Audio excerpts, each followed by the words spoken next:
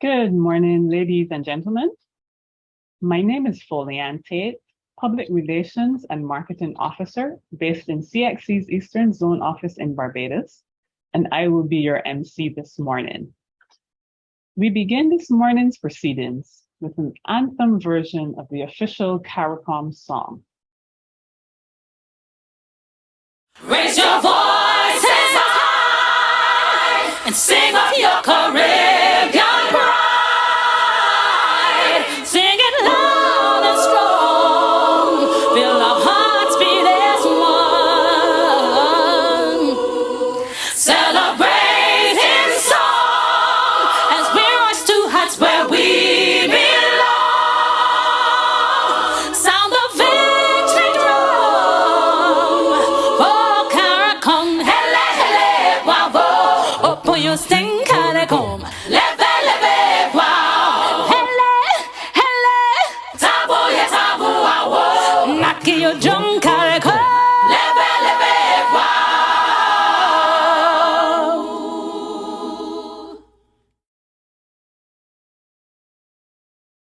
Professor Sir Hilary Beckles, Chairman of the Caribbean Examinations Council, the Most Honorable Professor Sir Kenneth Hall, former CXC Chairman, distinguished council members of CXC joining via CXC TV and UE TV, Dr. Wayne Wesley, Registrar and CEO, CXC, Dr. Eduardo Ali, Pro-Registrar and Deputy CEO of CXC, Professor Stafford Griffith, Chairman of the CXC Technical Advisory Committee, Dr. Barbara Reynolds, Co-Chair of the CARICOM Digital Skills Task Force, Professor Denzel Williams, Principal of the University of the West Indies Five Islands Campus, Dr. Terry Ann Gilbert Roberts, Research Manager, Economic Youth and Sustainable Development Directorate of the Commonwealth Secretariat,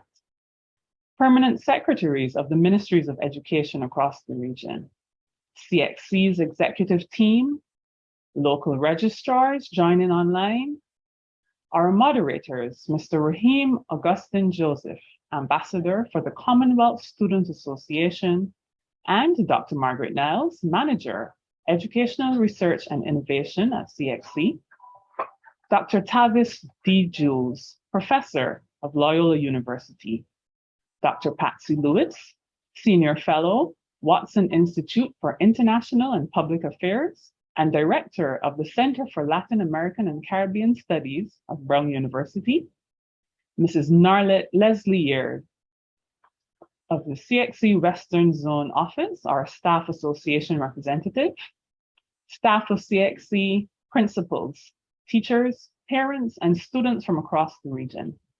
Other guests joining us online, a special welcome to Dr. Patricia Morgan, Chairman of the University of Fort Lauderdale. Ladies and gentlemen, on behalf of the Chairman, members of Council, executive leaders, and staff of CXC, I welcome you this morning to the introduction to the CXC Repositioning Project. It is only fitting that we begin today's program with opening remarks from Professor Sir Hilary Beckles, Chairman of CXC and a champion of regionalism. Professor Sir Hilary Beckles is Vice Chancellor of the University of the West Indies. He is a distinguished academic, international thought leader, United Nations Committee official, and global public activist in the field of social justice and minority empowerment.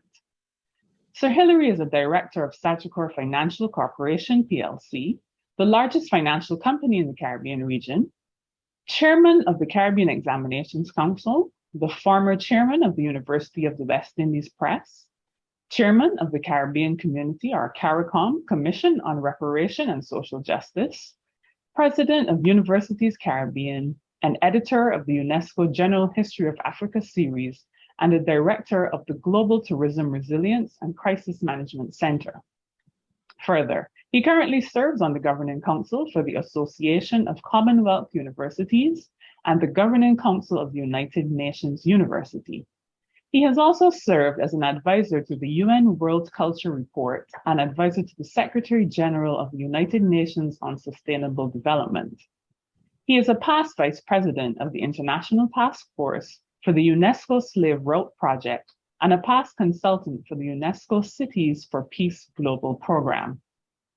He has received numerous awards, including Honorary Doctor of Letters from Brock University, the University of Glasgow, University of Hull, and the Kwame Nkrumah University of Science and Technology in Ghana, in recognition of his major contribution to academic research on transatlantic slavery, popular culture, and sport. In 2017, the town of Hartford in the state of Connecticut, in the USA, declared the 21st of March Sir Hilary Beckles Day, in recognition of his global contribution to social justice and human equality.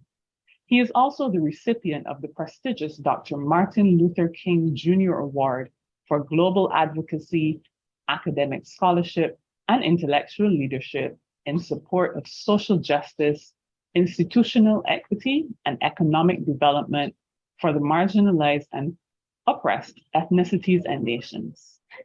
Under his leadership as Vice Chancellor of the UWI, the institution established a fifth campus, the Five Islands campus in Antigua and Barbuda, and debuted in the prestigious Times Higher Education, or THE, ranking in 2019, when it was ranked in the top 4% of the world's best universities. In 2020, the UWI earned a triple first accolade as the #1 university in the Caribbean, among the top 1% in Latin America, and top 1% of worldwide universities between 50 and 80 years old. Continuing its upward trajectory in 2021, the UWI ranked among the top 1.5% of universities ranked globally by the THE. Sir Hilary has spearheaded an aggressive global reputation building strategy, which has resulted in 10 global centers of partnership and universities in North America, Latin America, Asia, Africa, and Europe. He also forged strategic industry partnerships to allow for the widened penetration of the UWI brand through new media channels and 24/7 cable television programming made possible by the creation of a public information and education service, UBTV. Sir Hilary has lectured extensively in Europe, Africa, Asia, and the Americas, and has published over 100 peer-reviewed essays in scholarly journals and more than 20 academic books. I'd like now to welcome Professor Sir Hilary Beckles. Thank you, Madam Chair, for your very extensive and generous introduction. Much appreciated, and it's, for me, a great joy and honor to welcome each and every one of you to the CXC Repositioning Project. And I do so as chairman of the Board of Governors, and tremendous honor it is to have Sir Ken Hall, our past chair, and my former colleague, principal of the Mona Campus, UWI. I recognize, of course, Dr. Wesley and Dr. Eduardo Ali, CEO and Deputy CEO, respectively, of the CXC, and all of my colleagues in the CXC across the region. Allow me to recognize also our panelists, our moderators,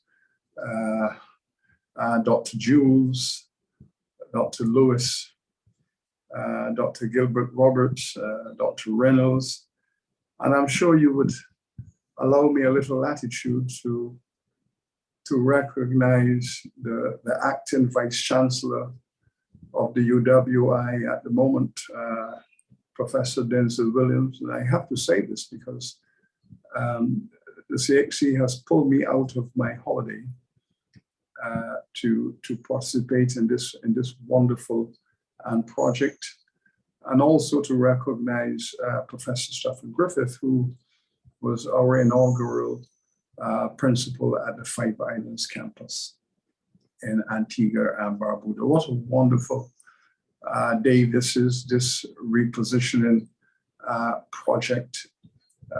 which is part of the visioning emerging from the leadership of Dr. Wesley and his team, the strategic planning within the management, and the attempt to move CXC into a realm not only of excellence, which it has sustained and will sustain, but also in the re-engineering, the restructuring, repositioning this very distinguished institution for the years ahead. I personally welcome the sub-theme of this repositioning project around the three pillars of regionalism, integration, and development. When I saw the concept of the sub-theme, immediately I remembered that the statement by Dr. Eric Williams in respect of these matters. And I said, okay, today we are going to do what God has asked us to do. And it is this: Eric Williams looking at the fragmented Caribbean, the scattered across the archipelago, that famous statement, what God has put asunder, let no man put together. But we are putting it together today. And this is our big project. This is our quintessential hegemonic project, putting the Caribbean together. And we are doing so in the presence of Sekin, who is presenting his latest book. Sekin, we know, is an iconic leader in the regional integration movement, both as an academic intellectual and also as a practitioner of regional management, and a life of dedication to this project of building the internal coherence of the Caribbean world in its structures, its relationships, but critically in terms of its unified voice and a vision for itself in a very competitive world. So Sekin, we welcome you in all of the various capacities that you are with us here today. And we thank you for providing this intellectual framework for this repositioning conversation.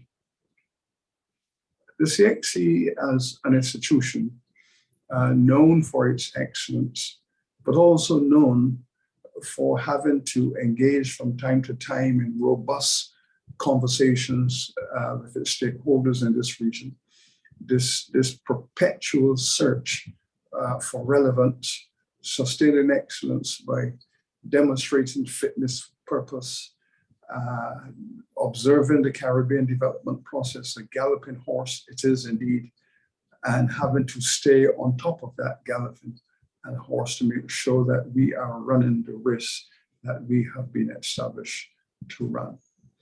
It is a part of the center of the major institutions of this region, committed to clarifying and promoting all of the issues relevant to development discourse and demonstrating the extent to which we are indeed a unified Caribbean civilization.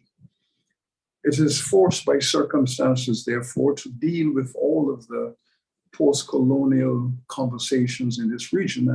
And we know that this region is not fully decarbonized because there are still societies within our Caribbean world that are classified, of course, as colonies. So we have not completed that project of decolonization. This is still a work in progress. And CXC, by virtue of its pedagogy and its leadership, has to recognize this circumstance and participate in the movement towards the full freedom and liberation of Caribbean peoples. But within each of our societies, there are big conversations that are reflected in the content and the service provided by the CXC. We are classified as one of the most unequal societies in the world by virtue of access, democratic access to resources.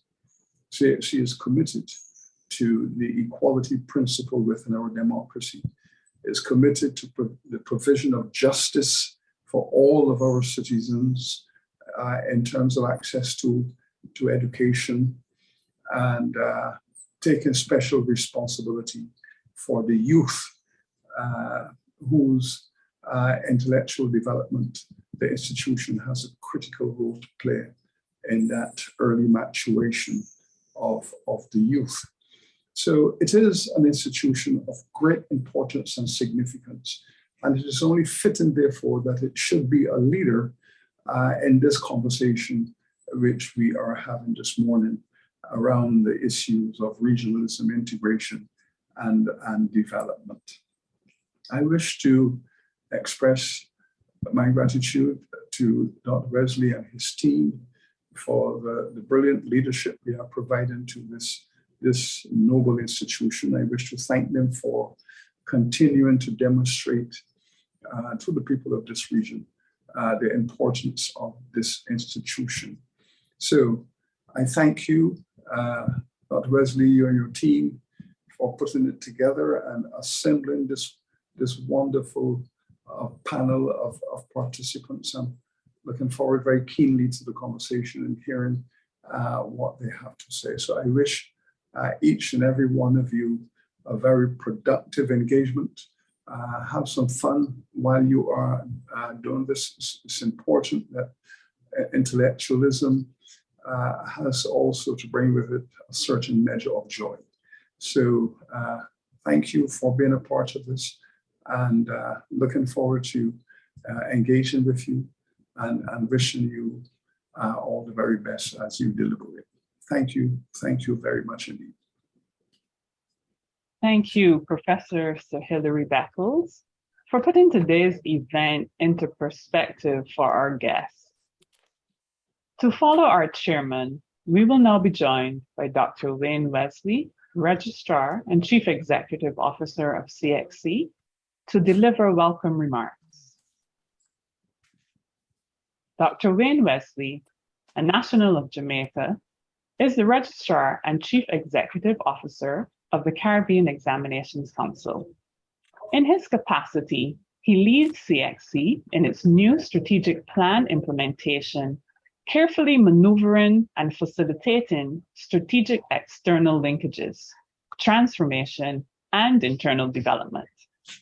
Dr. Wesley is passionate about regional integration and development, particularly fostering human capital development through education and training, having spent the last 25 years in both education and training in Jamaica with considerable impact in the Caribbean region and internationally. His professional experience spans industrial engineering, technical education, consultancies, strategic leadership, and executive management. Dr. Wesley was chairman of the Caribbean Association for National Training Agencies, served on regional committees supporting CARICOM education for employment and the International Labour Organization, Director of Operations of the Caribbean Examinations Council, and held executive and senior positions in Jamaica in technical and vocational education and training academia. A Fulbright scholar, Dr. Wesley holds a PhD in industrial engineering from Florida State University, is a chartered manager and fellow of the Chartered Management Institute of the UK. We now welcome Dr. Wayne Wesley. Thank you very much, Polian, for that introduction. Let me acknowledge our chairman, Professor Sir Hilary Beckles, and the Vice Chancellor of the University of the West Indies, and the colleagues. I want you to indulge me for a moment here and just say happy belated birthday to our chairman. Yesterday was actually his birthday, and I just wish him all the best and trust that he will continue to make the wonderful contribution he has been making to the region.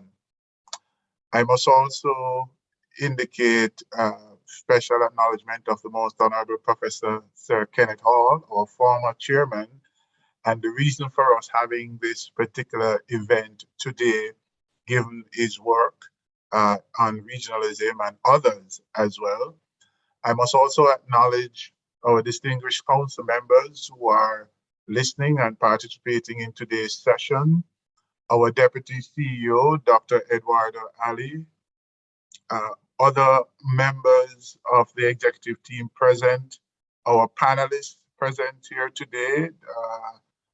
We really appreciate you, and also to join with my chairman in extending best wishes to Professor Denzel Williams, who is currently the VC for the Five Islands campus, or the Pro-Chancellor and Principal of the Five Islands campus. So congratulations to you there, Professor Williams.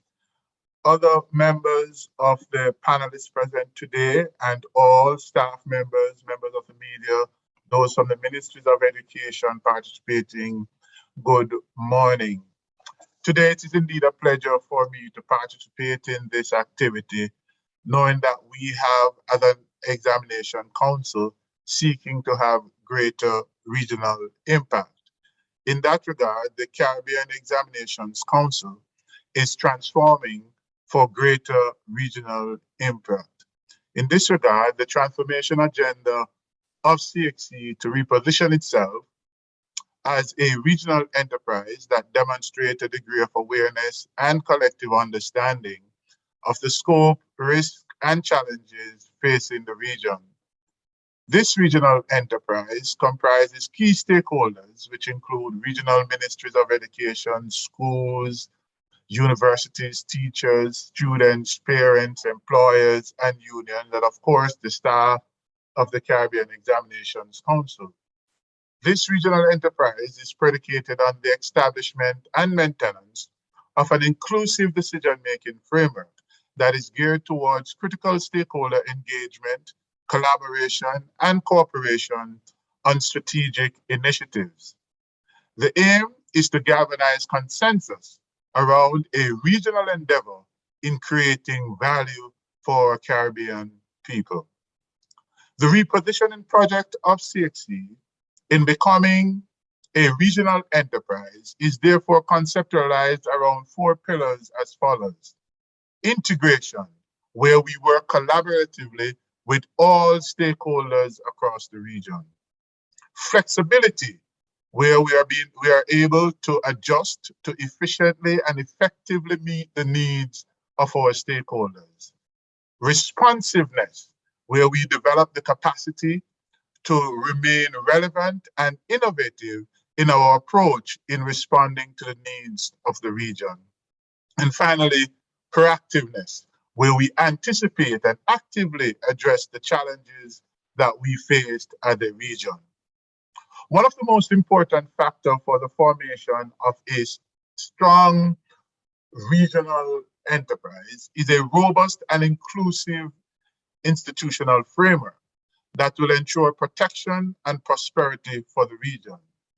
This is so because even with access to natural resources and geographical advantage that we might possess, etc., the region's ability to optimize the benefits of such condition is stymied without an effective institutional framework in place, thus undermining the economic potential for growth and the prosperity of the region to become strong and influential. Inclusive economic institutions are therefore those that allow and encourage participation by the greater mass of our Caribbean people in the economic activities that make best use of their talents, skills, that enable individuals to make the choice that they wish. Accordingly, to avoid any disruption, one of the prerequisite requirements is to establish institutions that benefited from a robust development mechanism, which includes broad-based consultations in defining the rules. Today's dialogue is an effort to advance this objective.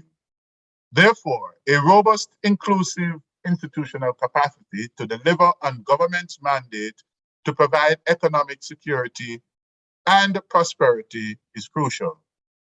The region's ability to strategically use these institutions to aid their national development and advance within the regional system is of increasing importance.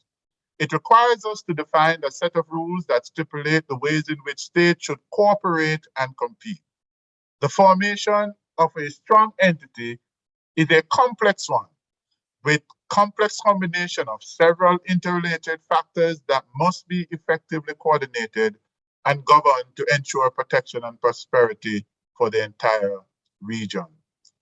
Professor Kenneth Hall's work on regionalism is pivotal.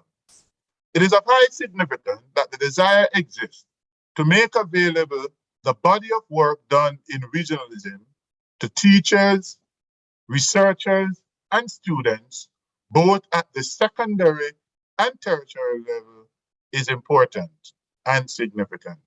All this in an effort to improve dialogue and the level of awareness of the state of regionalism, specifically as it pertains to CARICOM. The body of work entails the publication of a book on Caribbean regionalism and resource materials available via a webpage. Accordingly, a key feature of today's activity is the handing over of these resources to CXC to facilitate greater access towards entrenching the concept and full appreciation for the actions necessary for the effective implementation and realization of Caribbean regionalism. The panelists for today's discussion are experts in their various fields who have graciously agreed to share their expertise in facilitating a greater level of awareness and understanding of Caribbean regionalism. It is our expectation that this very important dialogue will provide implementable strategies to enhance CXC's effort to reposition as a regional enterprise with greater regional impact. Ladies and gentlemen, I thank you. Thank you as well, Dr. Wesley, for not only warmly welcoming our audience, but also for the insights you shared with us on CXC's impact on the region. Now, we began the program with a snippet of the CARICOM song, which is titled Celebrating CARICOM. But we really want you to get a true sense of the song and of its message, as it is so fitting for the theme of today's event. So next on our program, we will provide a musical interlude, which we hope you enjoy.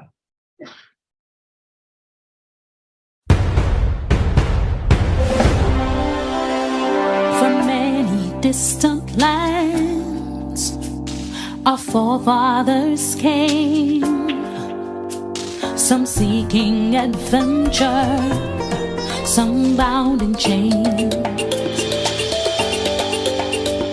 Through battles waged and fought, through victory and pain, by test of their courage, our freedom was gained. In homage to those gone before us, the heroes of lands in the sun, we vow to join hands and to focus on building one Caribbean. Raise your voices high and sing of your Caribbean pride.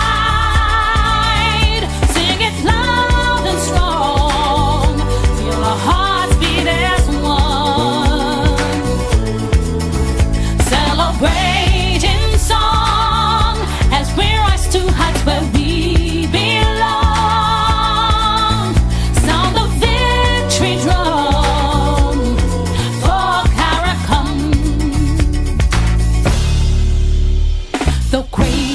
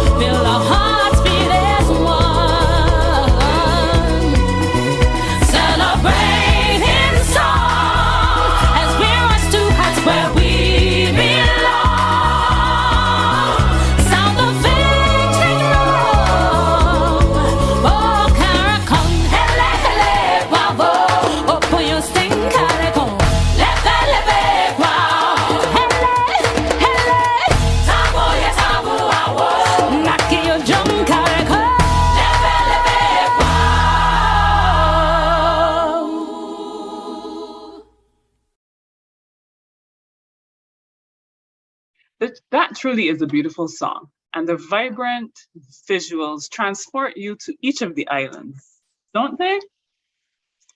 We hope that you tapped your foot or at least swayed a little in your chair as you listened. As we return to the program, we are now going to have a special presentation from Dr. Eduardo Ali, Pro Registrar and Deputy Chief Executive Officer of CXC, who will share with you the significance of the CXC repositioning project.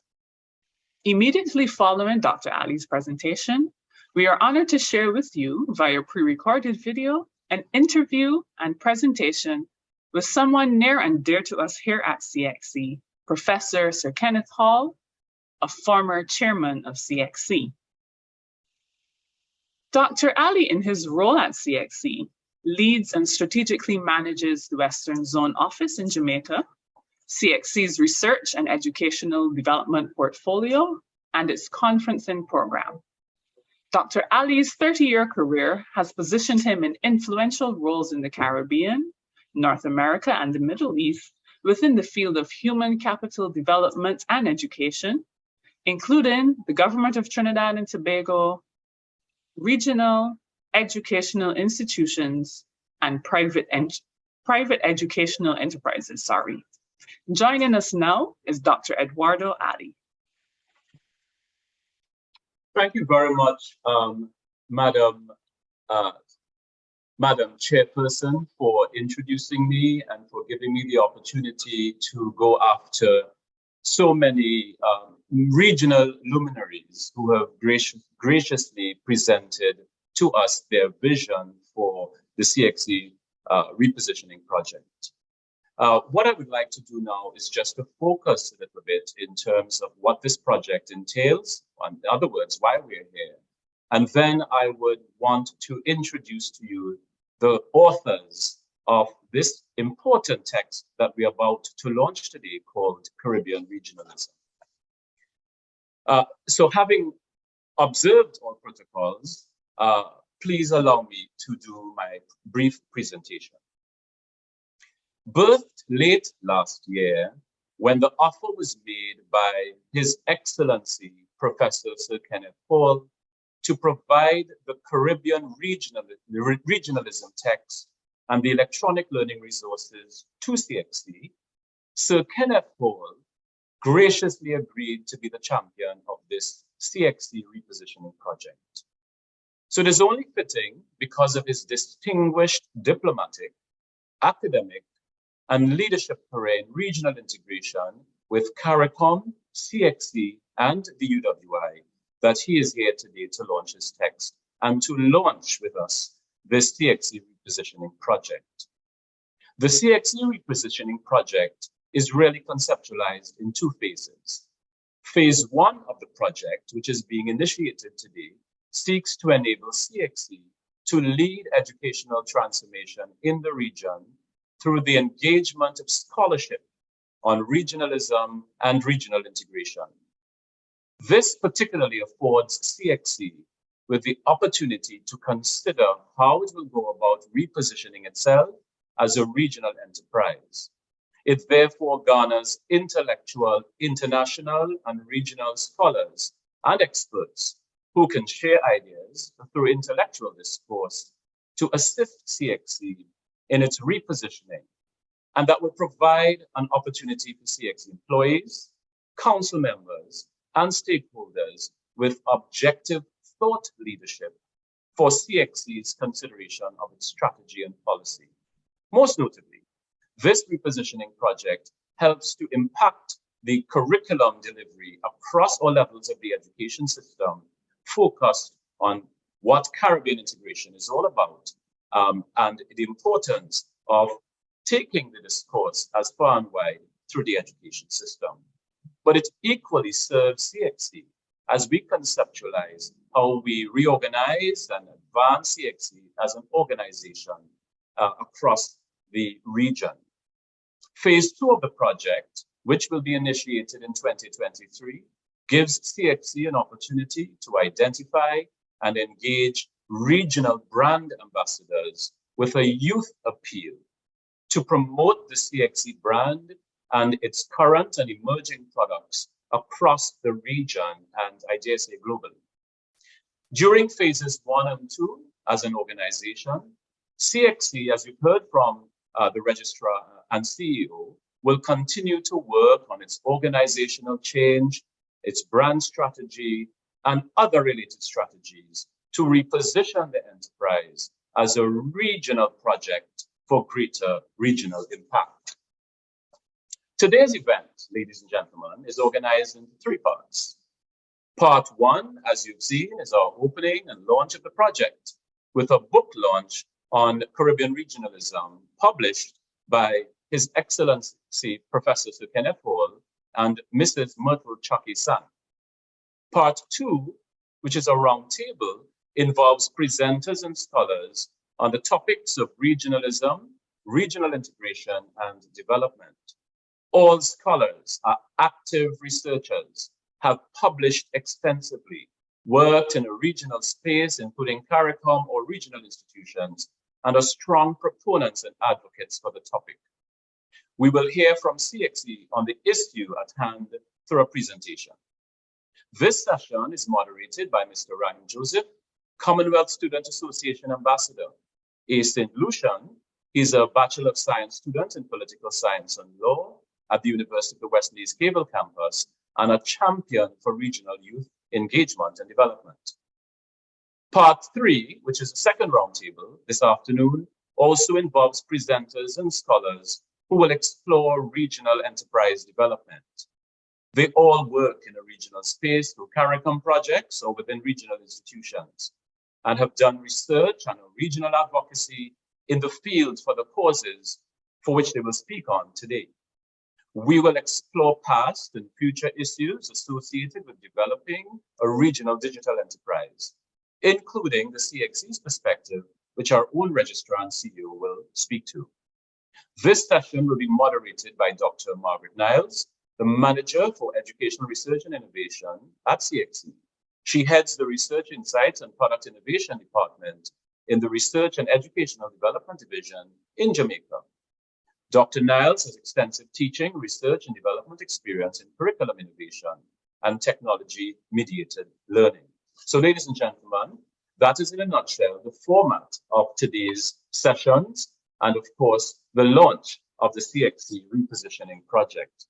Now, it gives me great pleasure to introduce our authors with a primary focus on our principal author. Our principal author is none other than His Excellency, the Most Honorable Professor Sir Kenneth Hall, Jamaican, who was conferred the Order of Jamaica and the Knight of the Collar of the Order of Civil Merit in Spain. He was Jamaica's 5th Governor General between 2006 and 2009, Pro Vice Chancellor and Principal of the University of the West Indies, Mona, Jamaica, and advocate, researcher, and senior diplomat at the CARICOM Secretariat. He's had a distinguished career spanning 50 years, which included corporate governance, international development, philanthropy, business development, and academia at the rank of professor. He served on several board appointments, including as Chancellor of the University of the Commonwealth Caribbean, Chairman of the Caribbean Examinations Council, and several other bank and education board appointments in Jamaica and in the region. His Excellency has published over 50 books and monographs on CARICOM and Caribbean integration since 2001. Some of these include Contending with Destiny, the Caribbean in the 21st century, Governance in the Age of Globalization, Economic Transformation and Job Creation, that is the Caribbean Experience, Regional Integration, the Key to Survival and Prosperity, and the CARICOM Single Market and Economy, Genesis and Prognosis. Today, we are indeed honored to celebrate the achievements of His Excellency, as yet again he has produced another text, Caribbean Regionalism, which he intends to make available to students, teachers, researchers, regionalists, proponents of regionalism, and decision makers to chronicle the Caribbean regionalism movement. Further, His Excellency is passing this manuscript to CXC as a gesture of celebrating the role of CXC in the regional integration movement, as well as the emergence of a new cadre of younger academics, younger researchers, and regionalism proponents to continue his legacy in the years ahead. In addition to His Excellency, Mrs. Myrtle Chakisang, co-author, Guyanese, served for almost 4 decades at various levels of the Caribbean Community Secretariat. During this time, she was responsible for establishing and managing the Conference Support Services and later the Administrative Services Program. Prior to her service to CARICOM, Mrs. Chakisang held administrative and strategic positions at the government and private sector levels. She has published extensively on regional integration and the CARICOM, and also as managing director alongside with His Excellency Hall on the Integrationist, which is in fact an electronic resource platform on regional integration and development. She is one of the executive producers of a documentary entitled Integrate or Perish. Mrs. Chakisang holds a Bachelor of Arts degree, honors in political science and communications, and an MA degree in organizational communications from the State University of New York. So, ladies and gentlemen, there you have it. The purpose of the project for which we are here today, and of course, the inaugural launch of this project and the launch of the book, Caribbean Regionalism, that you will hear more about shortly. And we have with us none other than His Excellency, the Most Honorable Professor Sir Kenneth Hall, to do that. Thank you so much.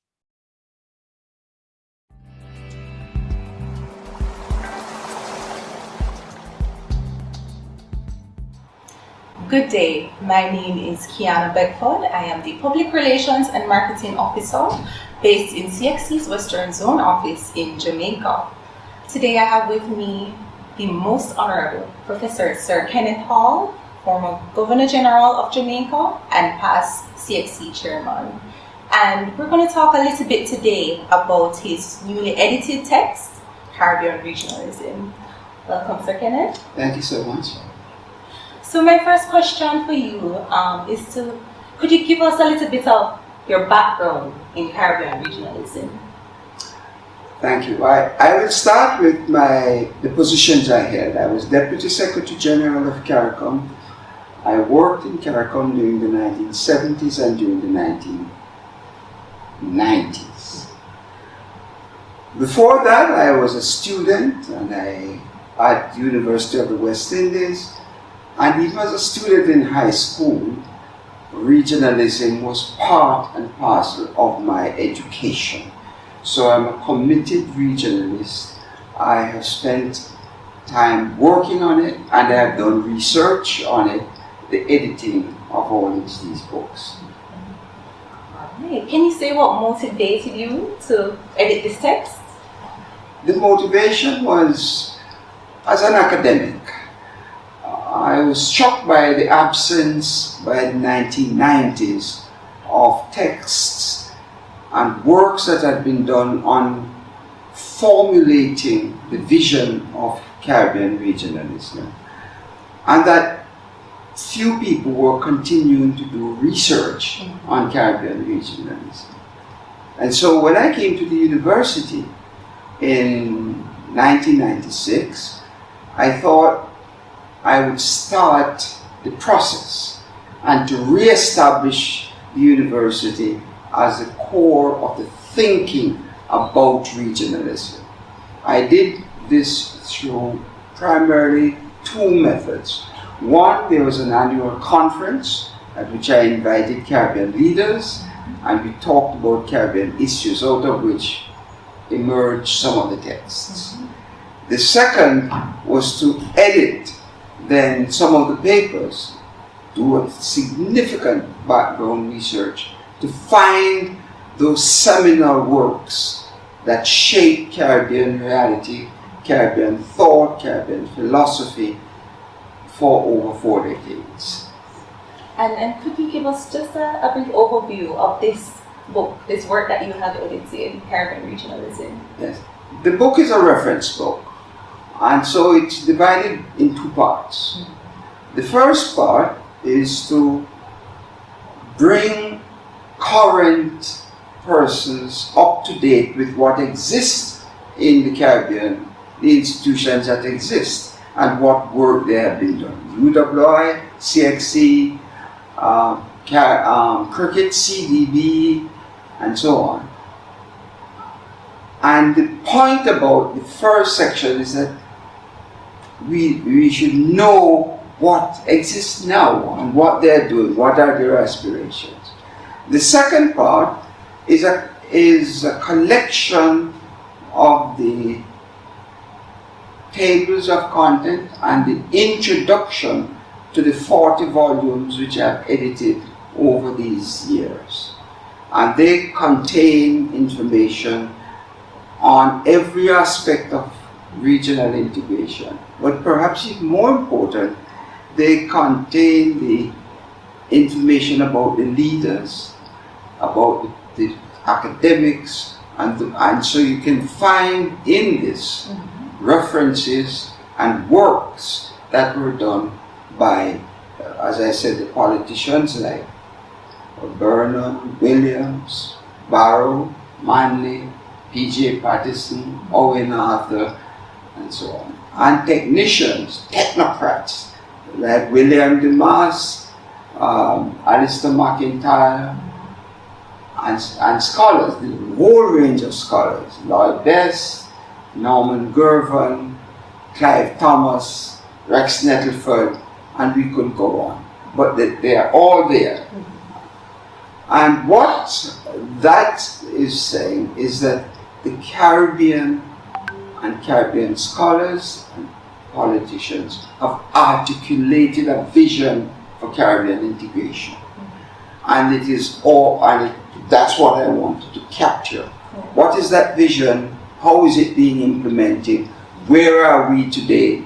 And what impact it will have on our future? What were the motivations?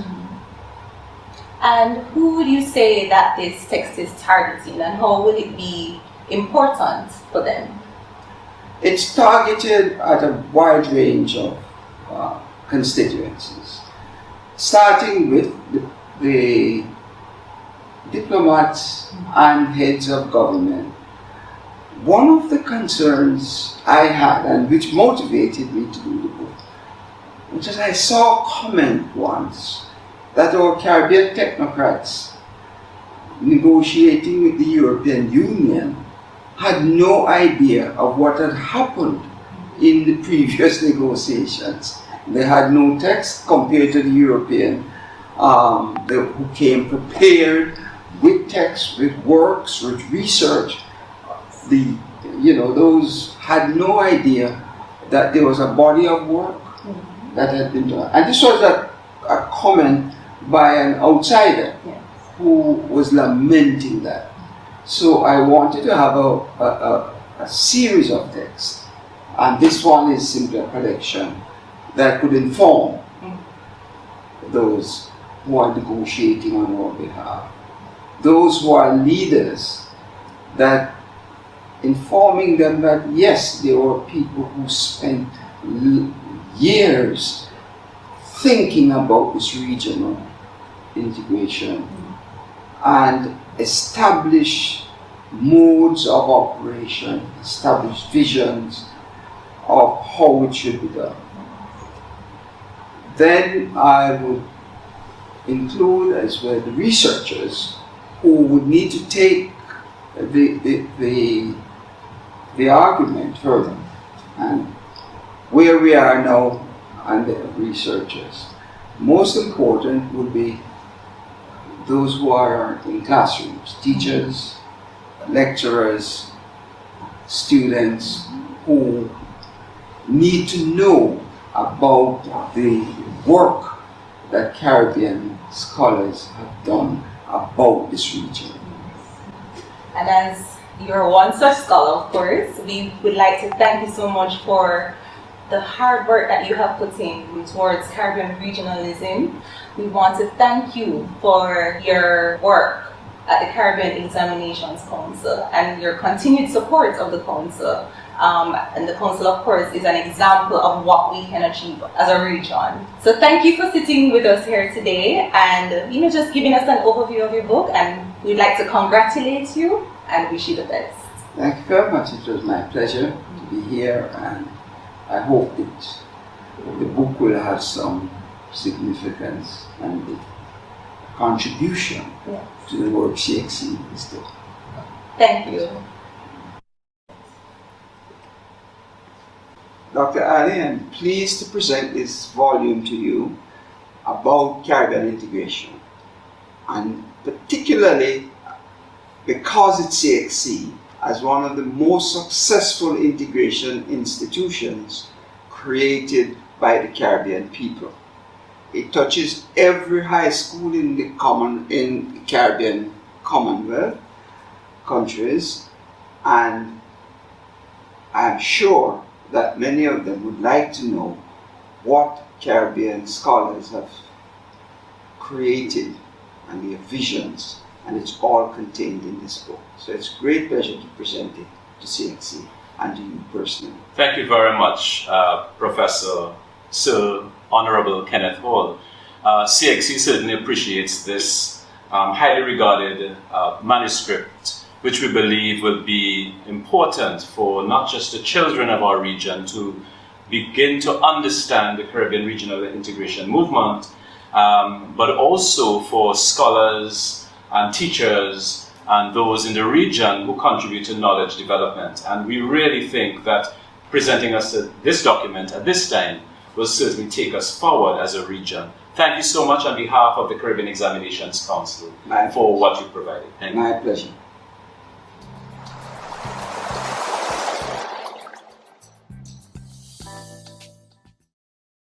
First, thank you to Dr. Ali for sharing the organization's vision for the CXC Repositioning project. And of course, we want to express our gratitude to Professor Sir Kenneth Hall for the presentation and his continued support of the organization. Dr. Ali's presentation and our interview with Professor Sir Kenneth Hall have brought the curtains down on the first part of today's event. Before we take a short break, I will ask my colleague, Mrs. Kiana Beckford, Public Relations and Marketing Officer here at CXC, to deliver the vote of thanks. Good morning. On behalf of the executives, management, and staff of the Caribbean Examinations Council, I would like to express my gratitude to Ms. Foley Tate for serving as Mistress of Ceremonies and for gracefully guiding us through the opening segment of this event. Thank you, Professor Sir Hilary Beckles, Chairman of CXC, for your unequivocal support of the initiatives of the Council and for setting the tone for the rest of the event. Your words on the state of the Caribbean as a region and the important role which CXC plays in Caribbean regionalism were impactful and insightful.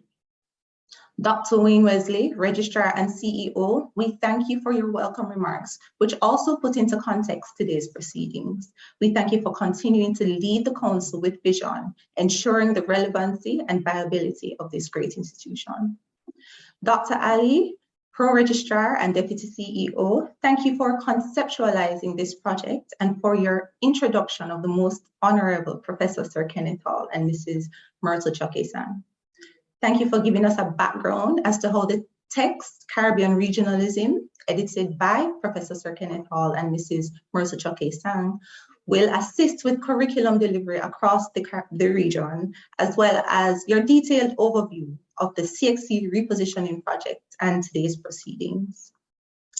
His Excellency, the Most Honorable Professor Sir Kenneth Hall, we congratulate you and Mrs. Myrtle Choke-Sang on the publishing of this text.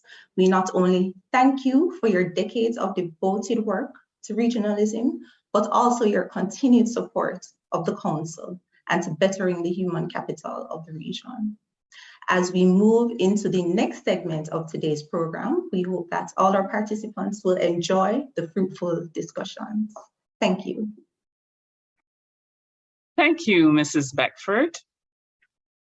I would like to take a quick moment here to let you know about a new book, which was written by one of our partners in education, Dr. Marcel Hudson, Chief Education Officer in the Ministry of Education of the Cooperative Republic of Guyana. The book is entitled Born to Succeed, a collaborative approach to developing the God-given literacy potential of students in the early grades. His book is currently available for purchase on Amazon.com for interested persons. At this juncture, we will now take a 15-minute break, and when we return, we will have our first roundtable discussion on regionalism, integration, and development. Thank you all for joining us.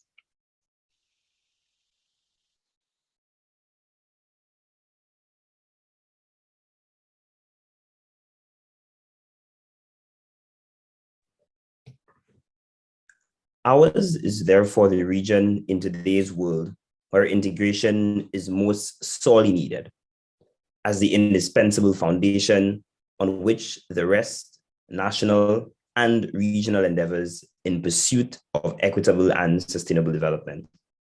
The late Professor, the Right Honorable Owen Arthur. Good morning.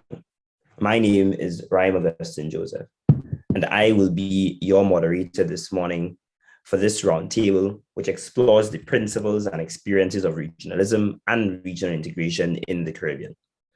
Our roundtable addresses issues associated with the old and new regional integration movements, and the speakers will consider regional integration in three possible formulations and iterations: the past, the present, and the future of the Caribbean community. The objective of our roundtable is to sensitize and inform educational policy professionals, administrators, educators, curriculum experts, researchers, students, and regional proponents who are concerned with regional integration topics in curriculum at secondary and tertiary level education. So, as I said earlier, my name is Ryan Augustine Joseph, and I'm pleased to be here to be your moderator for this session. So we'll sort of get right into it. And currently, we will have a presentation by Dr. Eduardo Ali, who will be our first presenter this morning. Dr. Ali is a national of Trinidad and Tobago and is the Pro-Registrar and Deputy CEO of the Caribbean Examinations Council, CXC.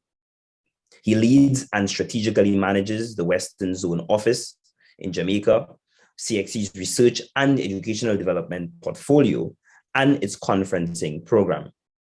Dr. Ali has had a 30-year career experience, and it has positioned him in various influential roles within the Caribbean, North America, and the Middle East within the fields of human capital, development, and education, including the government of Trinidad and Tobago, regional educational institutions, and private educational enterprises.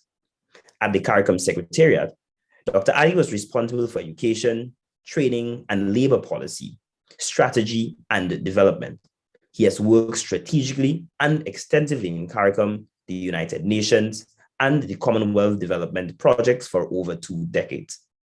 A national, Commonwealth, and Fulbright scholar, Dr. Ali holds a doctorate in education in educational policy studies with focus on new regionalism in higher education from the University of Sheffield. He has taught graduate students educational policy, educational planning and globalization, and published over 30 peer-reviewed reports and manuscripts and book chapters in the field of educational policy, educational transformation, educational globalization, and new regionalism, educational quality assurance, and educational leadership. It's my pleasure to introduce to you Dr. Ali, who will present this morning on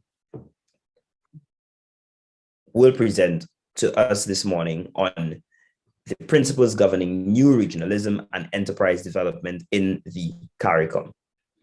His presentation will locate CXC as an institution within this new regionalism agenda. Dr. Ali. Thank you very much, Sir Ryan Augustine Joseph, our moderator for today. It is really my pleasure to be here with all of you, and in particular, these scholars who have joined this roundtable to share some thoughts on the regional integration movement and regional development. My topic focuses on new regionalism and regional enterprises, And what I would like to do in my presentation is to be able to provide some sense of understanding in terms of where we would go regarding the issue across the region. So please allow me to do my presentation so that we can get on with today's proceedings. First of all, I think most of us, when we talk about regions, we understand them as geographic or natural spaces where individuals certainly would come together to work across boundaries, to work across countries, and to work across territories in the interest of development. And so we have extended the concept of region to not just only geographic or cartographical spaces, but also to include the role that technology plays in that regard. I'd like to speak to the principles of new regionalism in post-colonial societies. I think it's important for us to understand that new regionalism is influenced by a post-colonial development, our post-colonial expressions, and our post-colonial experiences in Caribbean societies. And to me, there are 5 critical principles governing new regionalism in post-colonial societies that I think it's important for us to consider. The first has to do with geopolitics.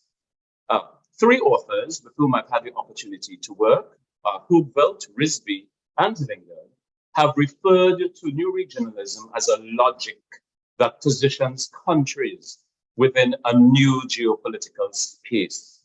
And in their concept, we've shifted from the old regionalism model, which involves, for example, in our space, the West Indies Federation, to a new regionalism concept in Caribbean ideology that looks at the CARICOM single market and economy, for example. The second has to do with hegemony, and more specifically, global hegemony. It has to do with transnationalism, and it also has to do with external domination and control. Taken all together as a group, Tickley, Lingard, and Risby have argued that global powers wielded by transnational and supranational organizations influence the policy and political options of countries in the region. In our region, we have witnessed the power of multinational lending and financing agencies and intergovernmental organizations that have shaped and sometimes dominated our policy and national priorities. The structural adjustment strategies of these agencies have for years, in some instances, redirected our country systems and policies to support the notions and ideals of developed country status. As useful as that might be, we also have to pay attention, as you've heard from our chairman this morning, to issues regarding social equity and social justice when we think about global hegemony. The 5th area has to do with decolonization and recolonization. Decolonization is a conscious effort to disassociate from, delink, or reform our policies, laws, and systems and institutions from the colonization experience. On the contrary, recolonization is sometimes an unconscious or deliberate effort for countries to reassociate, reestablish, or re-engage neo-colonial partners whose intentions may be to adopt a mixture of subtle domination and control and political posturing to serve the global agenda within the emerging world, of course, in a country or a region. By appreciating, ladies and gentlemen, these 5 principles, we can really have a deeper understanding of what our options are in order to develop and position our regional trajectory within new regionalism. Now, new regionalism in the Caribbean, as defined by Dr. Wendy Grenard, is a development mechanism that enables cooperation, integration, harmonization, and convergence. Professor Norman Gervin, who was referred to earlier today, furthers that new regionalism serves to complement intra-regional market liberalization and increased competition. So from my own research over the years, I've found what I can consider 4 main antecedents for new regionalism, which I'd like to share. And they're all demonstrated here in the quadrants of technology, mobility, culture, and institutions. So where technology is concerned, we have cross-country or intra-regional technological infrastructures. And many of these are broadband, telecommunications, and international ICT networks that may be operated within our by our private telecoms within our space. We are familiar with Digicel, Columbus Communications, and many others that serve the region with the capacity for secure networked infrastructure. The second has to do with mobility of humans or people. Human mobility schemes enable free movement or freedom of movement. Again, the CARICOM single market and economy, which was established, has been done so as a mechanism to facilitate right to access services, people, mobility, trade, and commerce as well. The third has to do with what I call cultural antecedents. These are hybrid cultural practices that are expressed through multilingualism, that is, diverse languages that are operating within our space, diverse ethnicities, and differentiations of thinking and ideologies. One dominant example I could speak to is the emergence of the gender equality and sensitivity discourse and the new forms of religion within what we call modern society that have influenced or are influencing our social and cultural norms and identities. And the fourth has to do with institutions. There is a rise and emergence of powerful supranational and transnational institutions plying trade and services in multiple locations in our region. Many of these regional bodies that carry their own political power and influence in the Caribbean agenda certainly have made an impact. In the Caribbean, as you know, we have the CARICOM, or Caribbean Community, and the Secretariat that governs, including the sub-regional space of the OECS, which is managed by a commission. And there are many different councils and arms of both that serve our region. In addition to which, there are CARICOM institutions, including associate institutions such as SEDIMA, CTU, CARFA, the Caribbean Development Bank, STICRI, the Caribbean Examinations Council, University of the West Indies, and many more. So additionally, there are intergovernmental and development players that are outside of our space, working within our space. I mean, many of them like UNESCO, UNICEF, OAS, Commonwealth of Learning, and others. So for us, we have to posture now in terms of who we are and how we're going to respond to new regionalism. And to do that, we have to look at the value of a regional enterprise and how it supports new regionalism. In our regional space, regional enterprises achieve or can do four main things, in my view. They are cooperative and they're collaborative in the way they go about their business to work across multiple locations. They are self-regulatory. They regulate themselves because they're enterprises, but they also serve to regulate other entities across the region, including working with countries to support regulation. They have a very critical transformative capacity in that what they do is transform systems within their organizations, but also transform systems that are regional and within territories or countries with whom they work. And of course, as you know, they serve multiple stakeholders and countries that serve the region's development. And more specifically, we talk about education development. So how do we position our regional enterprises? There are several things that we may want to focus on to support. I think we need to assist them in many ways to become creative and establish what I call profitability models. There's the need now for, while we talk about functional cooperation and all that is part of the parcel of the systems, there's the opportunity to allow them to become sustainable and to, as I said, self-regulate how that they go about that self-sustaining entity or work as a self-sustaining entity for development. We also would want to allow them to determine their own decisions by way of consensus with stakeholders. So we remove some of the layers of bureaucracy around how they operate to allow them to work with their stakeholders well. And of course, in that context, there are multiple strategic partnerships that would bring a range of resources to support efficiency and effectiveness of the enterprise. And clearly, enable them with the capacity to develop and to contribute to transformation of the systems and the countries where they work. There would be obviously mutual beneficiary arrangements for all of them because, of course, they're working collaboratively within a wider space. And, of course, they have the opportunity to design frameworks for stakeholder management with a key focus, ladies and gentlemen, on what we call future strategy and sustainability.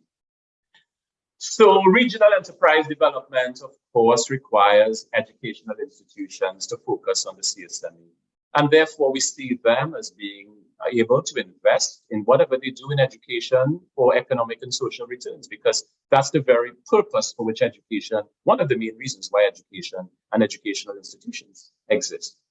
Of course, there must be institutional mechanisms. Some of that was referred to earlier this morning by the Registrar and CEO in terms of facilitating educational development.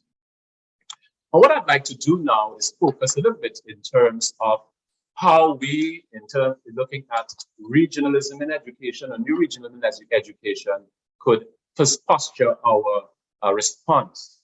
And so within a new regionalism construct, and there may be others, ladies and gentlemen, I see 4 critical areas for regional efforts, particularly when regional enterprises govern or support education. So therefore, the 4 would be, which I highlighted, has to do with future new schooling, open and flexible learning, digitalization, and cooperation. In terms of future new schooling, brick and mortar schools now have to cater to what we call hybridization of learning. Physical school plans may need to be restructured as environmentally conscious, technology efficient, sustainable campuses. The Caribbean New School model that is being espoused by CARICOM caters to the design of new configurations of efficient learning spaces for greater equity, access, efficiency, and quality in schooling experiences. Open and flexible learning, in particular, must embrace diverse modes, serving access for and by learners and teachers in diverse regional instructional settings. And digitalization, which is essentially the transformation strategy where all educational systems cater to different learning experiences and services, may need to be centered in terms of regional enterprise development. Telecommunications, digital infrastructures, digital learning, service providers, and customization of areas of focus, including innovation, and the efforts we place in terms of quality-centered educational technologies should be explored to the fullest. As a means to achieve functional cooperation, collaborative partnerships, as I mentioned before, at the strategic project and service levels must be explored to allow for the balance between regional educational program offerings within multiple jurisdictions and what is offered in each country. So the CXC repositioning project, which we've launched today, is intended to really increase public confidence in the CXC brand. You will learn in the next roundtable, the next roundtable actually, which follows this one, that we are working to strategically develop a more competitive, digitally capable, financially sustainable educational enterprise that has defined partnerships with governments, regional and international partners and universities, and of course, for-profit enterprises. To achieve its regional enterprise status, CXC has considered the interlinkages for 4 main pillars and philosophical ideas. Some of those have been explored by Dr. Wayne Wesley earlier today. And these deal with brand awareness. CXC has determined that enhanced brand appeal is germane to building and sustaining customer and stakeholder excellence, confidence, image reputation, and global recognition. The other has to do with our digitization strategy. CXC considers digitization as a strategic investment for regional enterprises to function efficiently and optimally and deliver the relevant services to stakeholders. Human capacity development has to do with CXC's appreciation for, as a regional enterprise, and talent acquisition and skills development of its employees and the diverse stakeholders across the region who we work with is critical for us to function optimally. And of course, for us, CXC's approach is to introduce disruptive services and products that are highly flexible, collaborative, and educationally innovative to ensure that there's market viability and sustainability within a regional space. And so, ladies and gentlemen, that brings me to the end of my presentation. I'd like you please to stay tuned, not just for the others that follow, but certainly in this afternoon's roundtable, as Dr. Wayne Wesley, our Registrar's View, will offer further insights into how these pillars and philosophies that I have mentioned will work strategically at CXC. Thank you very much.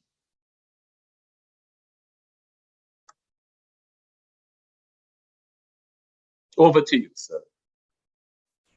Thank you very much, Dr. Ali. So we're just about to go into our roundtable, and today we will hear from 3 renowned scholars from the region who will present on 3 various thematic areas. But before we do so, I will obviously read out their shortened bios, because believe you me, the longer versions are much longer than that. And then we will go straight into the respective presentations. So Dr. Tavis D. Jules. Dr. Jules is a Guyanese and a full professor in cultural and educational policy studies and higher education at Loyola University, Chicago. Dr. Jules holds a master's and doctorate of education degree in international educational development from Columbia University Teachers College. He has vast professional and academic experiences working with CARICOM, international organizations, and academia in the US, Europe, and the Middle East. His research and teaching focuses in regionalism, governance, transitory spaces, and policy challenges with a cross-disciplinary research agenda, concentrating on political process and disruptive pressures on national education systems. Dr. Jules has authored, co-authored, and edited over 50 refereed articles and book chapters, 3 monographs, and 7 edited books. He is a fellow at the International Institute of Islamic Thought. Thank you very much for joining us, Dr. Jules. Dr. Patsy Lewis. Dr. Patsy Lewis is a Jamaican and a tenured professor of regional integration and small states development at the University of the West Indies Mona campus. She's a senior fellow at the Watson Institute for International and Public Affairs and director of the Center for Latin America and Caribbean Studies, Brown University.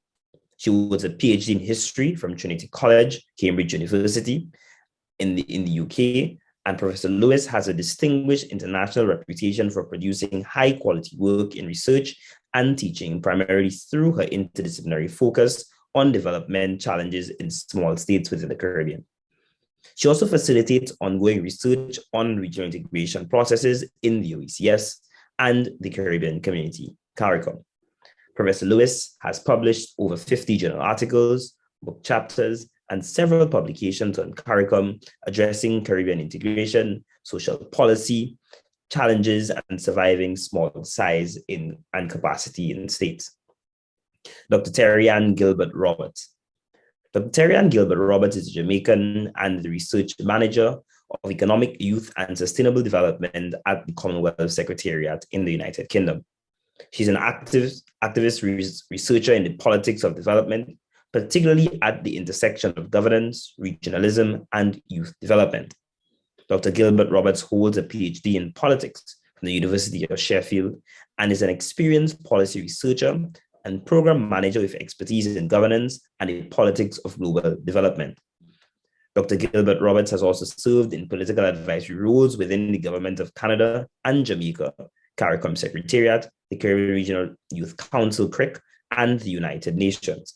Dr. Roberts has authored and co-authored several books, journal articles, book chapters focusing on CARICOM, youth development, and integration in books and journal articles. Thank you very much for joining us, Dr. Terry-Ann Gilbert Roberts. So this morning, our 3 panelists will be focusing on 3 various thematic areas, as I mentioned earlier. Dr. Jules's presentation will consider the principles and experiences of old regionalism in relation to the Federation, and also the impact of this on educational development in CARICOM. Dr. Patsy Lewis will focus on where the Caribbean is positioning in this current regionalism and integration agenda, and really giving us an overview of the current trends. And Dr. Terry-Ann Gilbert Roberts will focus on today as to where CARICOM is heading in the future in the regional integration agenda in the next 5 to 10 years. So ready for us, as I've said, and we're going to be able to do a perfect map and journey for you. We're going to start in the past. We're going to then position ourselves in the current circumstances, and then we're going to end with Dr. Gilbert Roberts, who will already take us to the future and look at our futuristic trends. So that will already be the trajectory that we'll follow today. So without further ado, I will invite Dr. Jules to make the first presentation for us this morning, which will focus on the principles and experiences of old regionalism and its impact on educational development in CARICOM. Thank you, Ryan, and good morning to all. A special good morning to my two younger colleagues who I'm on this panel with today. I know they work extensively, and I've read it and cited, and so for me, it's just a privilege and an honor to have these two younger colleagues here with us this morning. I'm going to, because of time constraints, I'm going to try to condense a significant amount of history into a very short 15-minute presentation. So bear with me, and if you have any questions or clarifications at the end, we can certainly take them. So today I'm going to talk about the principles and experiences of old regionalism, oftentimes called federationalism, and its impact on educational development. And what I'm going to do is to kind of walk us through how the process of old regionalism has gotten us to where we are today, and some of the institutional structures that old regionalism has given us that has allowed us to have the type of new regionalism that Dr. Ali spoke about a few minutes ago. And perhaps it will then set the scene for the type of structures that we can think about in terms of the future of the Caribbean. So first, regionalism has various dimensions. And so when we think of old regionalism, or often referred to as first generational regionalism or classic regionalism, within the context of the Caribbean, we're often talking about production integration, and it's more so about driving the interactions between states as opposed to involving states and a variety of non-state actors.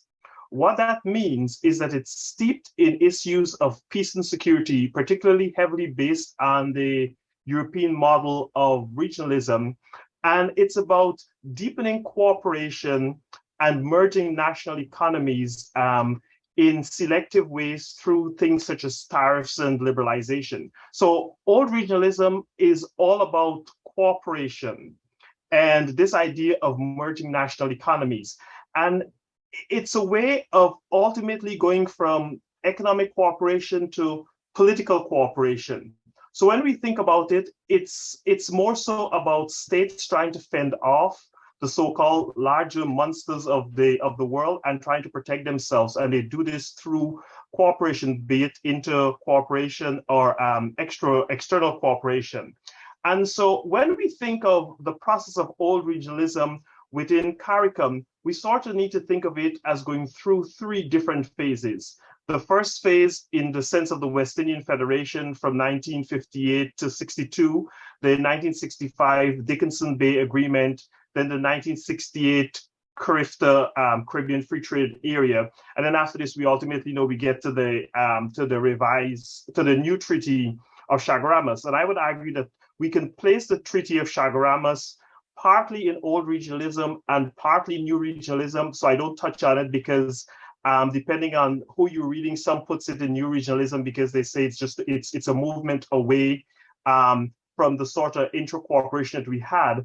But then there are those who argue that it's truly until we get the revised treaty in 2001 that CARICOM ultimately moves into new regionalism, and therefore old regionalism ends in 1989 in CARICOM with the Grants-Ains Declaration.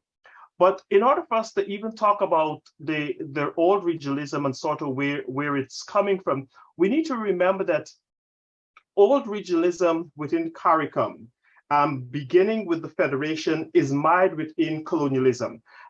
It was a way for our British slave masters to try to think about how best they can continue to exploit the region and how they can sort of give the region a glimmer of hope, but while at the same time not do anything. And I'm going to explain that a little bit more in terms of how the issues with the West Indian Federation is the idea that even though the British supported, they didn't fully fund it.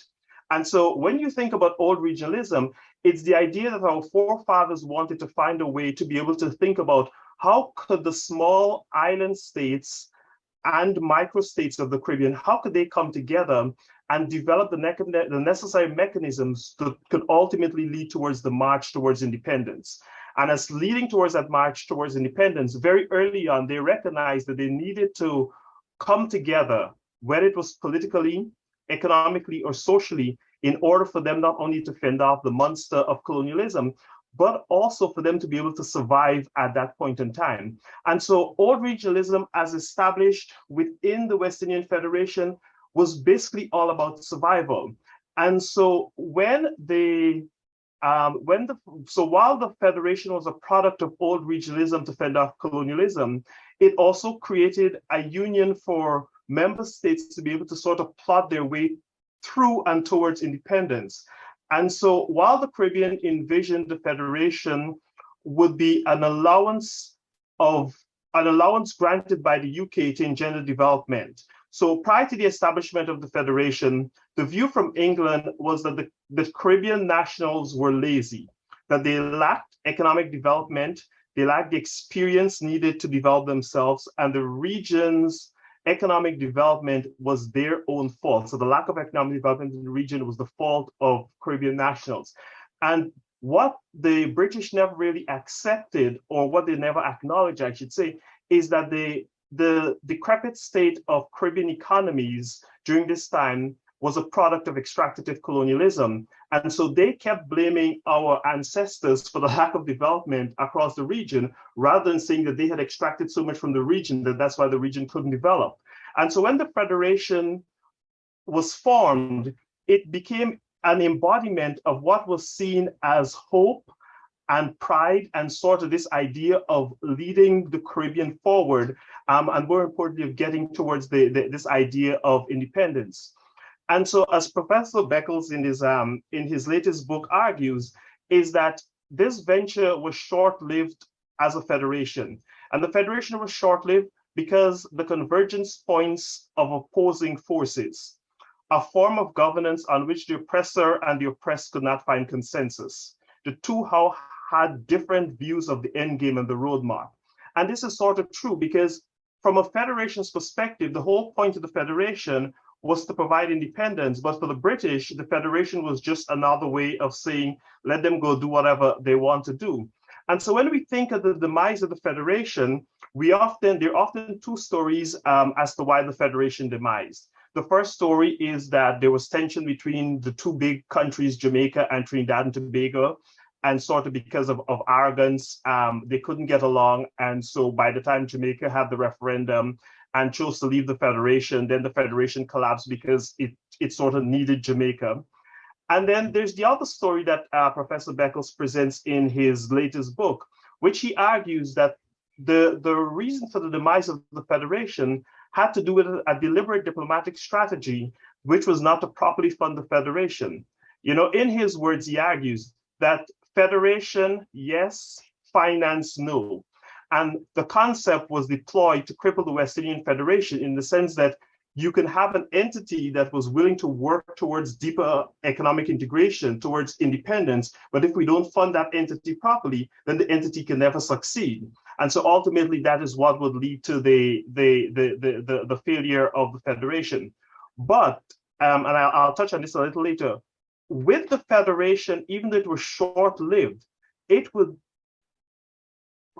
allow us to sort of make some of the most significant gains that we would have made in education. And I would argue that it would also embody the concept of functional cooperation, which continues to work through today. And because of the way that it that functional cooperation has been able to work through the Federation, it will ultimately allow us to get the type of educational institutions that we have today, particularly CXC and the University of the West Indies. Because one of the things that the Federation quickly began to do once it was established is that it set it up federal institutions and supporting structures. And so it was able to secure areas such as shipping with the West Indian shipping services, airline services through British West Indies Airlines. Those of us who are old enough to remember BWE, it's now Caribbean Airlines, and more importantly, through the setting up of campuses, first in Jamaica, then Trinidad and Tobago, of the University of the West Indies. So from an educational perspective or from a functional perspective, there were lots of institutions around cooperations that the Federation was able to cement, and those institutions have had a long-lasting outcome and has sort of contributed to deeper Caribbean integration over the course of time. But with the collapse of the Federation in 1956 came the Dickinson's Bay Agreement. And this was the agreement signed by then Presidents Byrd, Barrow, and Burnham from from Antigua, Barbados, and British Guyana. And basically, the Dickinson Bay Agreement called for the expansion, diversification, and the progressive development of the economies of the region within the context of the Caribbean Free Trade Association. And the aim of the Dickinson's agreement was yet again about bringing integration together, but it was more so in the sense of economic cooperation.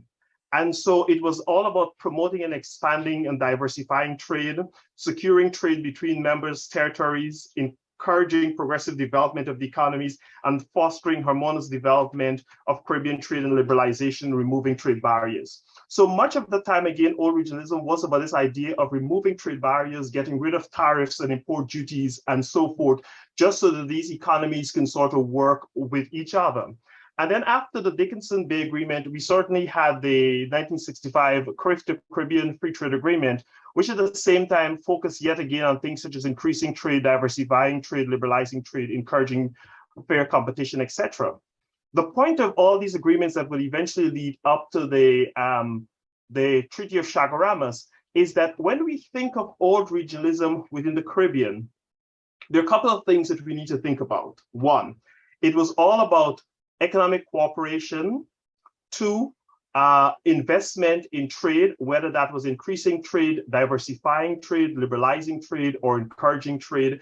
It was about that. And three, it was in essence about how do we keep the regional's resources within the region as a way to be able to support the development of the region. So trade and development sort of went hand in hand on the old regionalism, as opposed to thinking, and today we often think of trade in terms of sort of trading with sort of external markets. For us, it was a lot of interregional trade.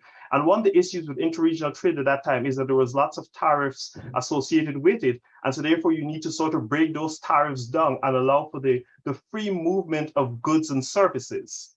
Now, this is where sort of education comes into being, and this is sort of the link between old regionalism and education, is that what happened ultimately is that because of these various agreements that would lead all the way up to 1989 with the Grand Zanes Declaration, is that it allowed us to be able to break down intra-CARICOM borders across trade, but it will also then create the momentum for things such as later on the free movement of skilled laborers, the free movement of skilled nationals, the CBQs and so forth. Because at the end of the day, once we were able to break down trade in terms of economic terms, we were then able to break down trades in terms of the ability of people to move freely across the region. And so old regionalism was able to give us things such as the CXC. It was able to give us things such as the University of the West Indies. But more importantly, it was able to allow us to be able to think about the ways in which we can invest in human capital across the region that will lead to the simultaneous development of the economies across the region through human capital. So we've now developed a system where we don't think about the ability of the individual to develop their own nation state, but we start thinking about the ability of the individual to develop the region as a whole. And so in conclusion, I would argue that the cooperation derived under old regionalism, particularly in the functional areas, would eventually lead to not only the 1972 agreement with the CXC, but it had a couple of interesting consequences. In the immediate post-colonial period when education became linked to national development and human capital agendas, regional governments saw the need for a coordinating body and the role of regionalism that was not only something that was colonial, but it was also a movement away from a sense of the British way of assessing. It was also about developing a unique Caribbean identity. And so in essence, what has happened is that I would argue that old regionalism was able to pave the way for deeper functional cooperation in areas of education that would ultimately allow for a way of generating a positive future towards new regionalism. Thank you. Thank you very much for your presentation, Dr. Jules. Just a small note, should any of the participants in the webinar have a question on any of the respective presentations, the method for asking that question is ready through the question and answer feature, which is enabled on this Zoom webinar. So as soon as you conceptualize that question, please feel free to send it through the question and answer segment. And after question and answer feature, sorry, and after our question and answer segment, they all will be asked the various panelists. So we move on to our second presentation by Professor Patsy Lewis, who, and that presentation already focused on where the Caribbean is positioned in the current regionalism and integration agenda, and already gave an overview of current trends. So I invite Professor Patsy Lewis to make her presentation right now, cognizant that we've just ended the historical overview of the past, and we're moving into the realm of the present. Good morning, everybody. Thank you so much for inviting me to this symposium. Thank you so much, Raheem, for introducing me. Two small corrections. I'm no longer at the University of the West Indies, and I am also Grenadian, not Jamaican. On that note, I would start my presentation. What I want to do is to look at what some of the key underpinnings of new regionalism or open regionalism are, the impacts of these on the Caribbean, and also to briefly touch on what are some of the conversations that I think that are meaningful to the Caribbean that have been sidelined in this shift. And when we think of the current focus of regionalism, both in terms of practice and the academic agenda, what we see is a centering of trade. And as Dr. Jules just said, not trade behind protective barriers, but trade liberalization. So the removing of impediments to trade, both within agreements, trade agreements such as CARICOM, but also lowering of barriers to the entry of trade from outside of the region, which is very different from where we are coming from, with fairly high levels of common external tariffs that try to provide a protected market for trade. And trade is centered because the underlying philosophical position is that trade is the route for integrating countries within the global economy, and that development is contingent on your integration into the global economy. And my own critique of that is that the assumption that the Caribbean is not already integrated into the global economy, and also a lack of analysis analysis of the terms under which you are integrated into the global economy. And also associated with that is how you think of development, and which is important.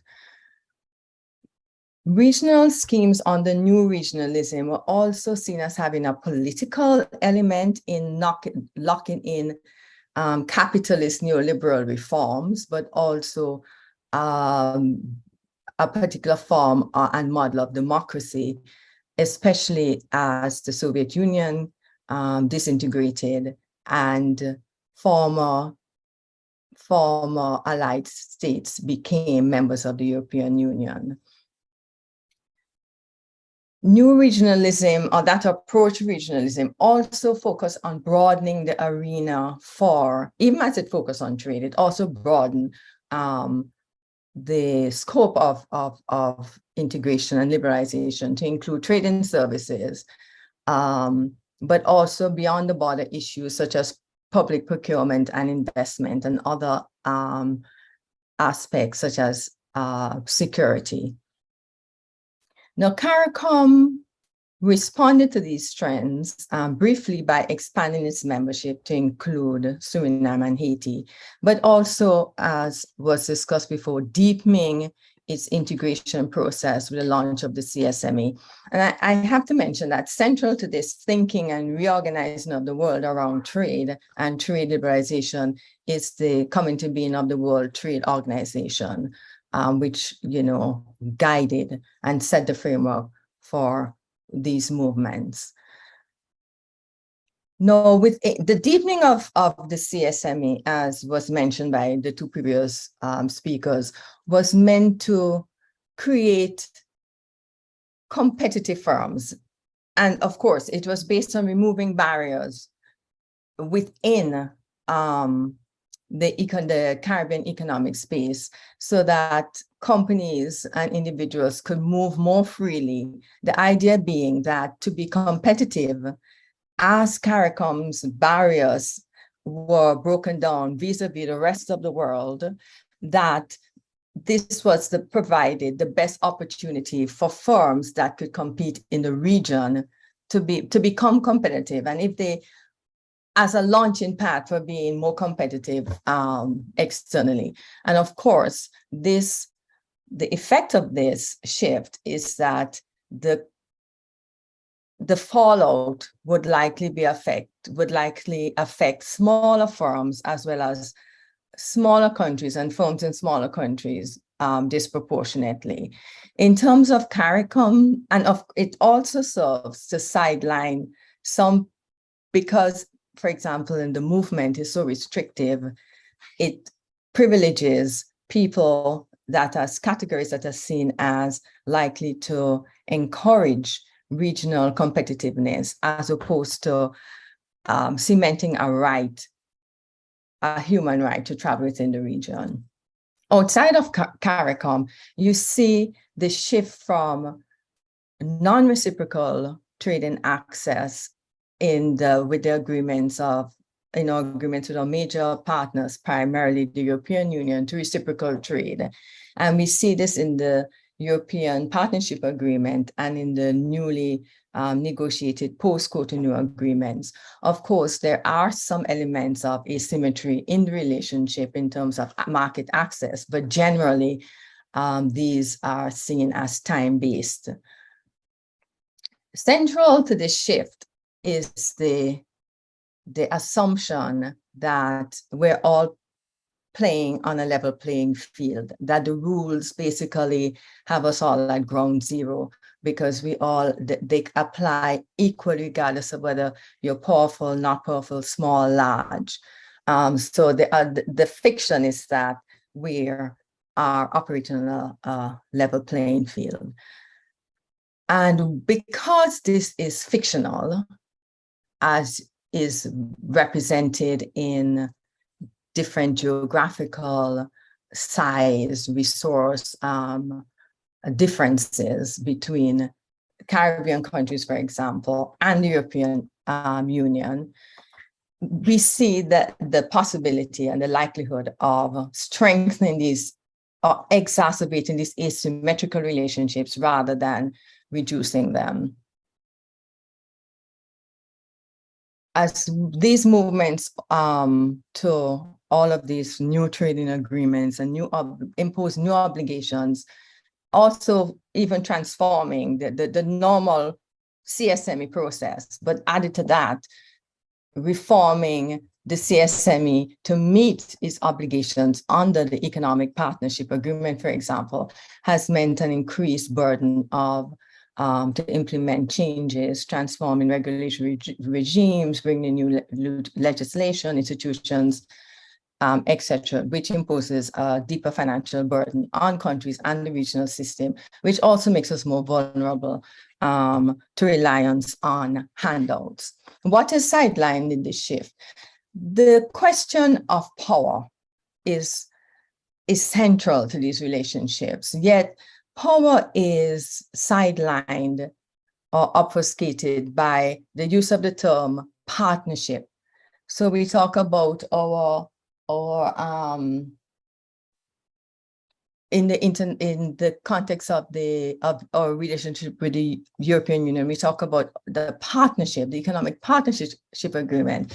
And what this does is to really obscure the huge power imbalances that characterize this regime.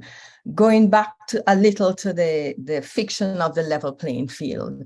The level playing field totally ignores history and the extent to which some have benefited from certain historical realities to the detriment of others. And obvious examples are slavery and colonialism.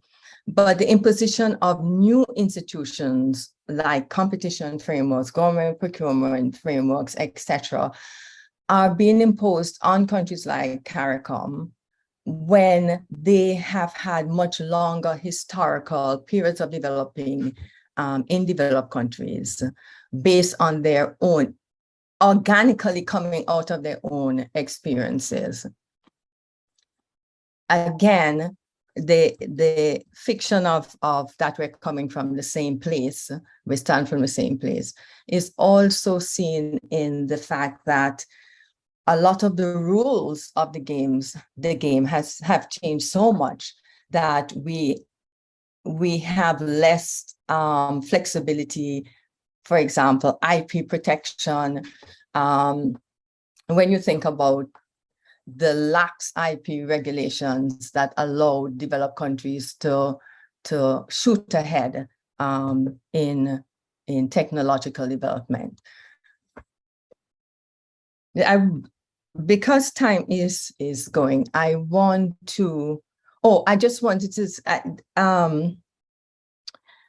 Dr. Ali mentioned earlier the question of new regionalism, and he mentioned colonial, decolonial, recolonization aspects. I just wanted to say that one of the dangers that we are facing, especially in our relationship with Europe, is the potential for recolonizing the region by accepting the fiction that we are partners. And if you look at the post-Cotonou agreement, you would see investment, commitments to removing embarrassing investment, allowing equal access to investment all across this treaty, which raises the obvious question of who's more likely to benefit from easier access to investment opportunities.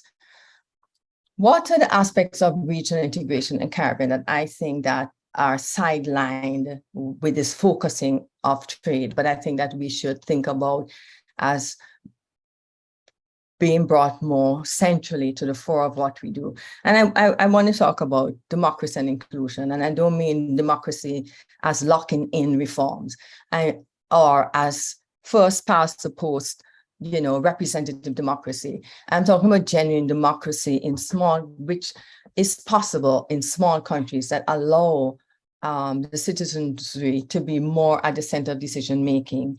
And of course, we're talking about CARICOM, and we have yet to find the mechanisms to allow this to happen. And it's in discussing this, we cannot ignore the dynamic between the national and the regional, in that most citizens don't have that that access at the national level. So that's a problem that needs to be addressed both at the national and the regional level. We can discuss that if people have questions. The other element is the task of creating and preserving Caribbean commons. And I'm thinking access to the beach, access to land, to counter the alienation that trade and investment liberalization exacerbates. We also need to regulate exploitation of national resources and to provide strong regional frameworks to counter the prevailing practices that marginalize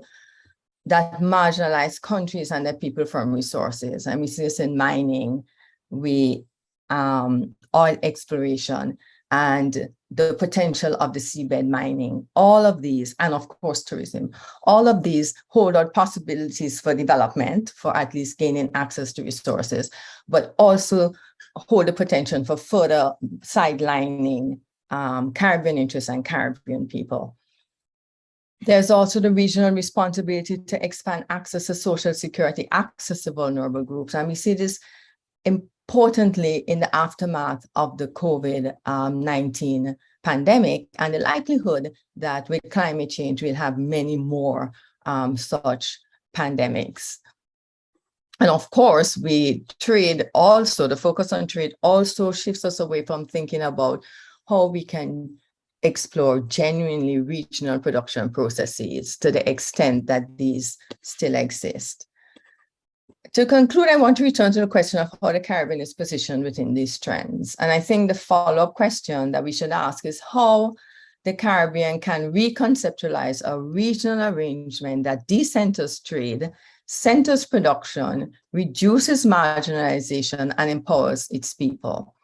Dr. Didicus Jewell, speaking as Registrar of the CXC Council in 2016 on the need to rethink education, commented that any philosophy of education must take account of the regional as, quote, the regional must provide the architectural framework within which we can productively establish our particularities, unquote. And to broaden the reference beyond education, this seems to position the national space as subordinate to the regional space being the space where we set the broad framework for Caribbean development, to use a much maligned term, which at best is an ideal.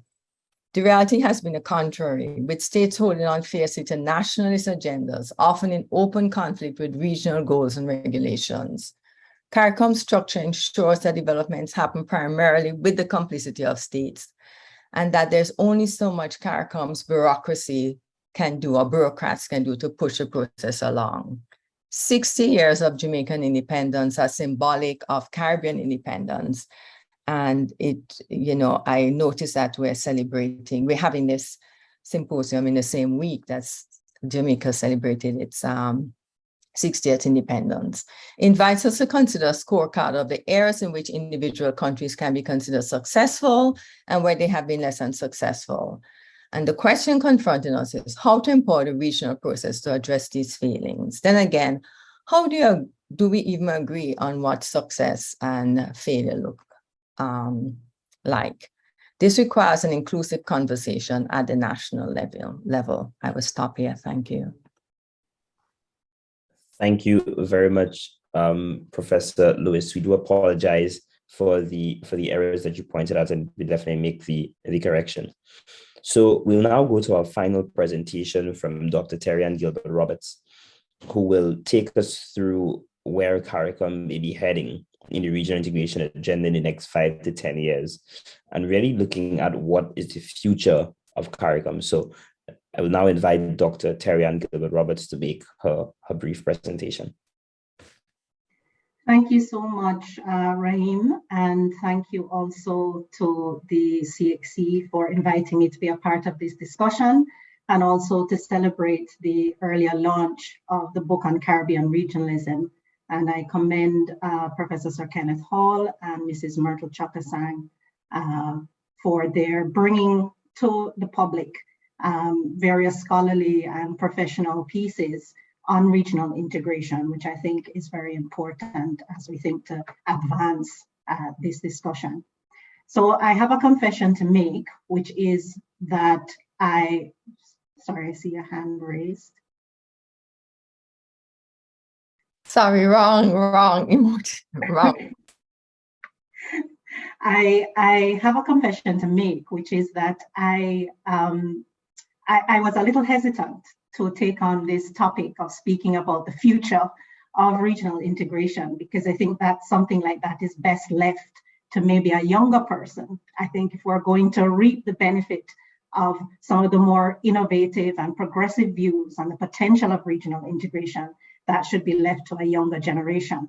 But then I thought again that perhaps my longstanding advocacy for increasing the role of young people in integration has allowed me to at least claim, if not being a youth, at least to have a youthful perspective. So I thank very much Drs. Wesley and Ali for the invitation and the whole CXC team for inviting me to participate. I think that, let me just share some slides here. I hope you're seeing that clearly. I think that today's discussion, I think, is auspiciously being held on International Youth Day. And I think that allows me, therefore, to place young people at the center of the discussion and, in fact, their roles in the regional integration movement. I want to pause here just to wish young people in the Caribbean region a happy International Youth Day. I think that today's commemoration is being held under a theme chosen, intergenerational solidarity, creating a world for all ages. It was a theme chosen to raise awareness about the challenges of ageism and refocus attention on the persistent denial of the rights of young people to participate in decision making.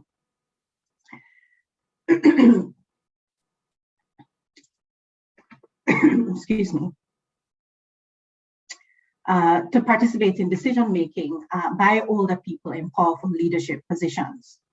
I think that we can't really envision what the Caribbean integration movement will look like, or even if it will still be viable in the next 10 years, if we don't take seriously the views and perspectives of the region's youth, who make up about 60% of the regional population. And I think that this issue of intergenerational solidarity across geographical, social, political lines is very relevant to the future of regionalism. It raises objectives of unity, social inclusion, partnership, which are all, I think, key imperatives for responding to today's world of intersecting development crises, whether that's the economic recession, rising food and energy costs, the intensification, as others have mentioned, of climate-related disasters, among many other things, but all which have left many people grappling with increasing poverty, marginalization, and vulnerability. Young people, even considering the heterogeneity of that group, of identities within that group we call youth, they are amongst those who find themselves in the most vulnerable and marginalized positions. And yet I think there's also immense promise in their invigorating advocacy, their innovations, and their potential to provide a direction for a new regionalism and new conceptions of development. And their exclusion from decision-making on these issues is a social injustice that I think requires attention. If you allow me to just briefly speak a little bit about how the Commonwealth, where I now sit, is supporting solidarity as we work with 56 countries around the world, including 12 members of the Caribbean community, and with regional institutions like the CARICOM Secretariat and the CXC. We have recognized in our charter the significance of young people to the success of the Commonwealth. And this has paved the way for us to do 4 key things. One, we've implemented over the last 50 years a Commonwealth Youth Program that supports our member states in building projects and programs that empower young people, facilitate their participation, encourage employment and entrepreneurship. We also adopt a youth mainstreaming approach in our work. That is a strategy for intergenerational equity and justice that enables young people's capabilities, their human rights, their participation to be an integral dimension of all of our policies and programs. In essence, what that does is that it enables young people and older people to benefit equally from and contribute equally to development outcomes. Third, we continue to monitor around the world the progress being made for youth, including using tools like our Youth Development Index and developing qualitative case studies to ensure we understand the evolving situation and contributions of youth in development. We create spaces for their participation at the highest levels of decision making, whether that's through our Commonwealth Youth Forum or supporting 13 youth networks, including the Commonwealth Youth Council and the Commonwealth Students Association, which have standing in ministerial meetings of government.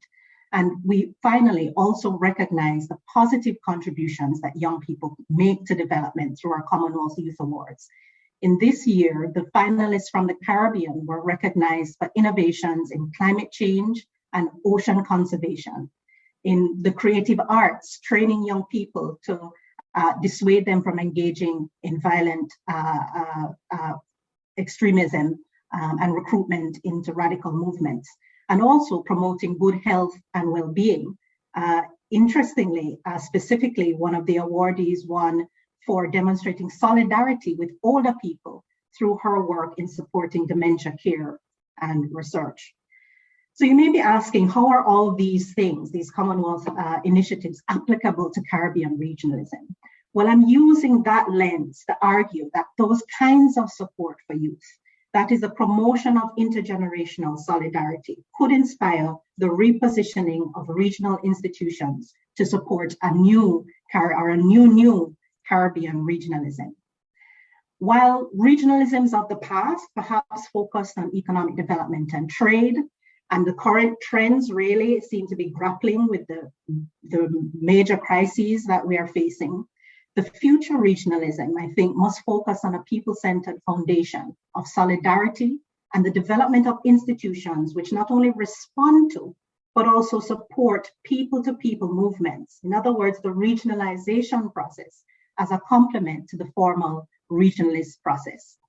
There are 3 points that I want to make about such a future. 1, the reframing of regionalism must be guided by the vision of young people. 2, institutions must begin to engage systematically with evidence to fully understand and respond to the material situation of Caribbean people. And 3rd, future regionalism needs to prioritize the strengthening of youth-led and youth-serving institutions. Let me briefly address each of those 3 points in turn. The first point is that a future regionalism must be guided by the vision of the Caribbean. The last vision of which I am aware, which was documented over 10 years ago by the CARICOM Commission on Youth Development, and undoubtedly it needs updating. But I think even in its current form, it provides instructive direction for regionalism. I'm not sure if you can see the vision on the screen, but in essence, the language used in this vision created by young people, the language used then, focused a lot on unity in diversity, solidarity with the most vulnerable, justice and fairness, respect for human rights, and knowledge-based pursuits. Those were at the heart of young people's aspirations for development. I also take note of a very specific focus in that vision that spoke to their concern with the practical barriers to exploration of the region.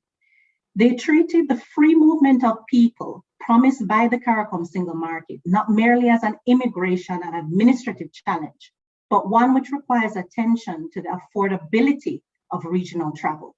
Youth ideas about what it means to be Caribbean and to express a sense of Caribbean-ness is critical to CARICOM's future. But how will young people form those views if they can't afford to gain firsthand practical knowledge of the region? Now, there's no doubt that some of these same issues have been on the agendas of meetings of CARICOM decision-making and decision makers, but to what extent have young people's views and solutions been taken seriously in relation to this? And to what extent have young people been able to engage in a region-wide civic dialogue with older people to develop new visions about regionalism, even to propose perhaps the abandonment of some of our current institutions and replacement with new ones. The second point acknowledges that the vision of Caribbean youth, that where they spoke of a knowledge-based society, is important, and therefore the future regionalism and the direction of development must be based on evidence if our institutions are to mount a relevant response in solidarity with the most vulnerable people, including young people. The last comprehensive situation analysis of youth was published by the CARICOM Commission on Youth Development, and it's over a decade old. I do commend the CARICOM Secretariat for launching at the end of last year a regional youth development status survey, for which we await the results to better understand the full issues of young people today, and allow that evidence to begin to inform the implementation of strategies like the CARICOM Youth Development Action Plan and the CARICOM Youth Development Goals established in 2012. We in the Commonwealth hold data about all the countries around the world through our Youth Development Index, and I don't have time to go into the details here, but I would like to make 2 points. Prior to the pandemic, it was telling us that Caribbean countries were making good progress in certain areas. It also told us that we still need to pay attention to improving the quality of data in the region and the level of age and gender disaggregation of the data we hold to better understand what people are experiencing, because only 8 of the 12 CARICOM countries in the Commonwealth had sufficiently good quality data to be included on that index. What we also know is that post-pandemic, our young people have been disproportionately affected by some of the restrictions. There have been reduced gains from education as a result of schooling disruptions, as you all will know well as education stakeholders. The employment loss and increase in precarity is an issue of concern, as well as the restrictions on movement for a period of time that led to isolation. It negatively affected young people's mental health and increased their frustration about shrinking civic space to advocate for change. My hope is that future regionalism will not only emphasize research and the monitoring of progress on these issues in the sense of technical monitoring and evaluation as an administrative exercise, but that it will be embarked on as a means to make evidence transparent, making it easily accessible for all so that everyone can engage in dialogue about the priorities for development. The third and final point is that future regionalism must prioritize the strengthening of institutions and associations which are most likely to help us achieve justice in the world. Those institutions are not just the formal government institutions of integration, but they are also the youth-led and youth-serving organizations. I think based on what I've heard from young people around the world, including the Global Students Forum, those young people in the Caribbean engaged with the discussions around reparations, the youth ambassadors, the regional youth counselors, and so on, the new priorities, which I think young people would reinforce in any updated vision for the Caribbean, relate to intersecting injustices and inequities that relate to unequal access to healthcare. They've engaged around issues on vaccine inequity, poor quality employment and education, exclusion from political decision-making, the inattention to environmental injustice and environmental justice and the climate crisis, racial, gender, and disability inequality. It's in fact the young people and their organizations that are at the forefront of the responses to those issues globally. To what extent are our institutions, including our schools, or CXC or Secretariat and so on, taking note of young people's prioritization of those justice issues and supporting them to engage in those regional and global advocacy and response movements so they can innovate for change? I am encouraged by what I've seen in CARICOM over the years with increasing attention to giving space for the views of young people to contend. At the most recent heads of government, we saw a representative of youth joining the representatives from private sector, labor, and civil society in the exchange with heads. And we now hear that there are plans to have an annual CARICOM Youth Forum that would be a mechanism for young people to share views with the Conference of Heads. However, there are many other things that are left outstanding. The track record of heads in honoring some of their commitments, including since their issuance of the landmark 2010 Declaration of Paramaribo, falls short. They have not established some of the mechanisms, institutional changes that they have proposed, including establishing a high-profile regional youth award, strengthening the secretariat and other institutions, and so on. So perhaps then, the focus of future regionalism needs to shift to other institutional and organizational forms, to the groupings of people and movements of social solidarity, which can bring to bear new ideas on addressing the justice issues of today and tomorrow. Placing those issues at the heart of the agenda of heads alone will not bring about change. The support of global solidarity movements is also needed. I asked, to what extent is the region allowing itself to be the locus of solidarity movements among young people? And to what extent are our institutions equipping young people to connect amongst themselves, to connect with others, and to come up with solutions to real regional and global challenges? So in conclusion, for me, the future of Caribbean regionalism must be responsive to the direction of the people, particularly young people, given their significance to the regional population demographics. My hope is that such a responsiveness would include, and here I concur with Professor Lewis's remarks about inclusion and dialogue. We need to facilitate a broad civic dialogue about what it means to be Caribbean, what it means to pursue regional solidarity, intergenerational equity and justice, and what the implications are for the kinds of institutions required to support coordinated action on a just, inclusive Caribbean. Perhaps there's a role for the research papers and the reports produced by our Caribbean students to feed into a new visioning or re-envisioning exercise for young people. We must incentivize their movement around the world. We must acknowledge their innovations through instituting the CARICOM Youth Award alongside the Order of the Caribbean Community and the Triennial Award for Women. We must better equip the Secretariat and other institutions to support youth development, and we must support youth-led solidarity movements through the previously capitalized CARICOM Youth Development Fund. There's also one thing when I think about— Unfortunately, Dr. Gilbert Roberts, we're really sorry to stop you, but we are unable to continue the presentation due to the time constraints. I see. Okay. Well, thank you. Thank you so much. I was on my last point. Sorry about that. What could happen therefore is ready if it is that you can integrate some of the concluding remarks as part of the questions and answer segment, which is coming up right now. Sure. So thank you very much, Dr. Gilbert Roberts, for your presentation. We will now go to our question and answer segment, and we'll also be joined by His Excellency, the Most Honorable Professor Sir Kenneth Hall, who will also join the question and answer segment.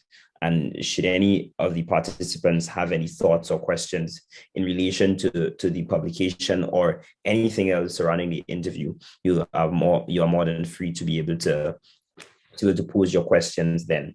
So we'll sort of go to the first question here. We have a question for Dr. Jules. Dr. Jules, you're here with us, right? Yes. So Dr. Jules, the first question ready to you is, what has been the impact, if quantifiable, on national sovereignty and regionalism in terms of economic and functional cooperations on trade, as CARICOM has normally been characterized by the lack of implementation and what scholars have described as the implementation deficit? So what has been the impact, if quantifiable, on national sovereignty and regionalism? Wow, that's a loaded question just out of the gate. It is.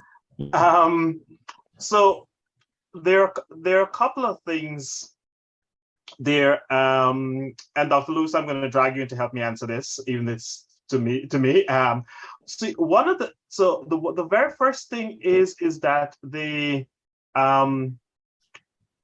principle of subsidiarity and proportionality, I view as one of the major impediments within the treaty and partly responsible for the implementation deficit that the region exists. So those two principles basically state that CARICOM countries are a group of sovereign countries, but it also states that it's one country, one vote, regardless of size.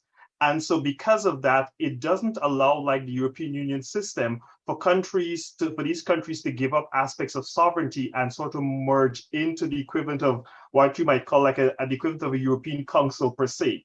So those two principles, I would argue, is basically at the heart of what could be seen as the quantifiable impact of economic integration and national sovereignty. Because on the one hand, as the saying goes, we want our cake and we also want to eat it.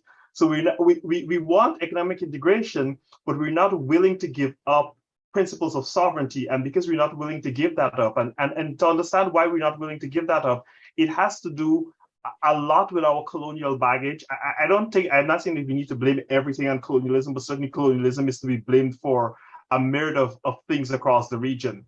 But because of that, we've continued to clench onto this notion that that sovereignty is important to us, and therefore we can't give it up. If we do give it up, we're in essence giving up something, and we haven't been able to quantify that tangible thing that we're giving up.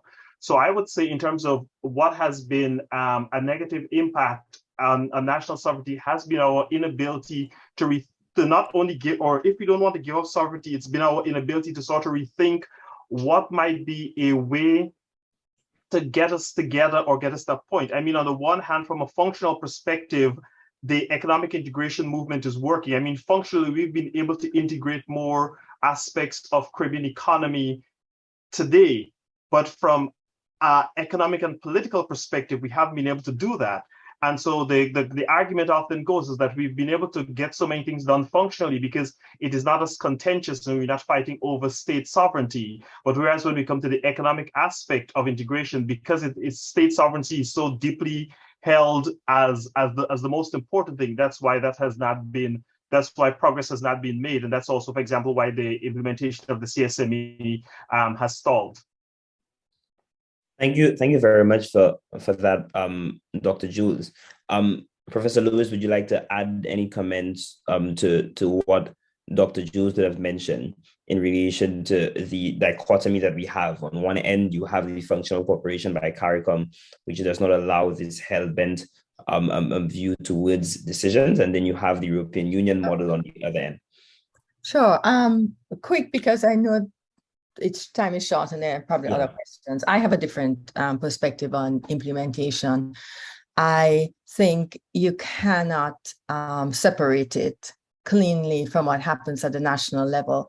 The fact that people are sidelined from national politics, national decision-making, the contentious nature of our first past the post system, which invests opposition politicians in opposing the regional space as a space where the national tensions find fertile ground, where politicians agree to things sometimes without even having the support of their cabinet, and find it difficult to justify to their cabinet, far less to the opposition. So I think that because we have dysfunctional local systems that really are not very democratic, that feeds into the regional process. I think if we find a way to have a more inclusive project that is less open to capture by the private sector or the foreign private sector, even worse, or international financial institutions or whoever control the power, we'd have a much better possibility of moving forward, both at the national and regional level. Thank you very much for that. And I guess really the follow-up question to you very quickly is that you sort of mentioned and you've hinted at it, that the regional integration movement really needs to be an ordinary movement of people who share a sense of Caribbean identity, as opposed to what people have categorized as the technocrat view towards regional integration. So what are your thoughts on the question that there seems to be a technocratic view of regional integration, and hence why it's not rooted in the heart and souls of ordinary people?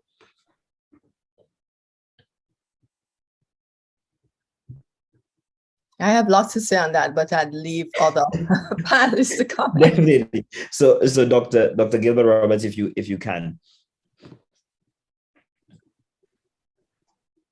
Yes, well, I think to the point that I was making about how we stay engaged with what identity means. You know, identities are often seen as static things, and that they don't change, and that people's relationship and understanding with region and what we say we mean as Caribbean will be diverse across the region and will change over time.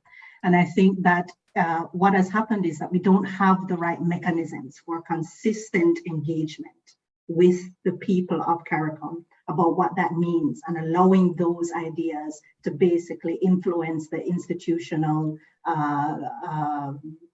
makeup then of what that means in integration terms. So that's one of the things that I believe is important. Thank you very much for that, Dr. Gilbert Roberts. Another question that we have very quickly, and I want really in 30 seconds. I mean, of course, you can't conflate and you can't summarize some of these ideas that we're dealing with here. But to Dr. Lewis very quickly, the late Professor Owenaf has already argued in his work that our regional integration lens have normally been checkered. They've been narrow, and they don't seem to involve our cultural and historical and political institutions. So, for example, people don't associate the West Indies cricket with regional integration. Do you think that he's been vindicated in that view? I'm sorry, not hearing very well this morning. Whose comment was this? So, Professor Wenafo, so he argued that we had a very low and narrow regional integration. I think that's very much a PR thing rather than looking at the substantial issues. And I don't think that seeing cricket as a sign of our unity is going to make us feel any closer to the center of CARICOM, or even seeing CXC. I mean, yes, people don't see CXC as being CARICOM and as a success story when it should be.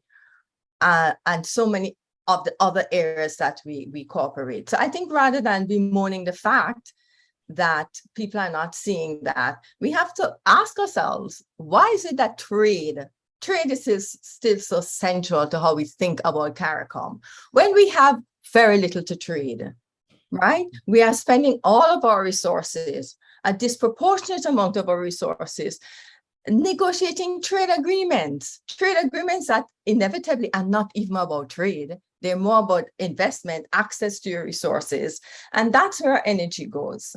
Right. And I think in thinking of CARICOM, I just want to complicate the issue that regionalism is not always a positive route. It can be the channel for exacerbating existing inequalities and exposing us to even more if we don't have a sense of what we want this regional project to be. And what this regional project must be centering people who were colonized, enslaved.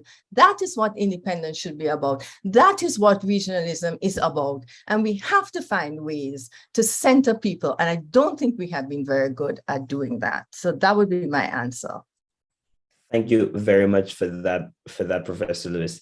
Unfortunately, panelists, that's really all the time we have to answer questions. I know that we could go a full day really dealing with and treating to some of the issues in the region. But I want to thank you very much for your time. We have one more question for His Excellency, the Most Honorable Professor Sir Kenneth Hall, and then we will turn over back to Dr. Ali. So Professor Hall, very, very quickly, we want to get a sense from you whether you think that well, we've been able to adapt very quickly to international trends of neoliberalism.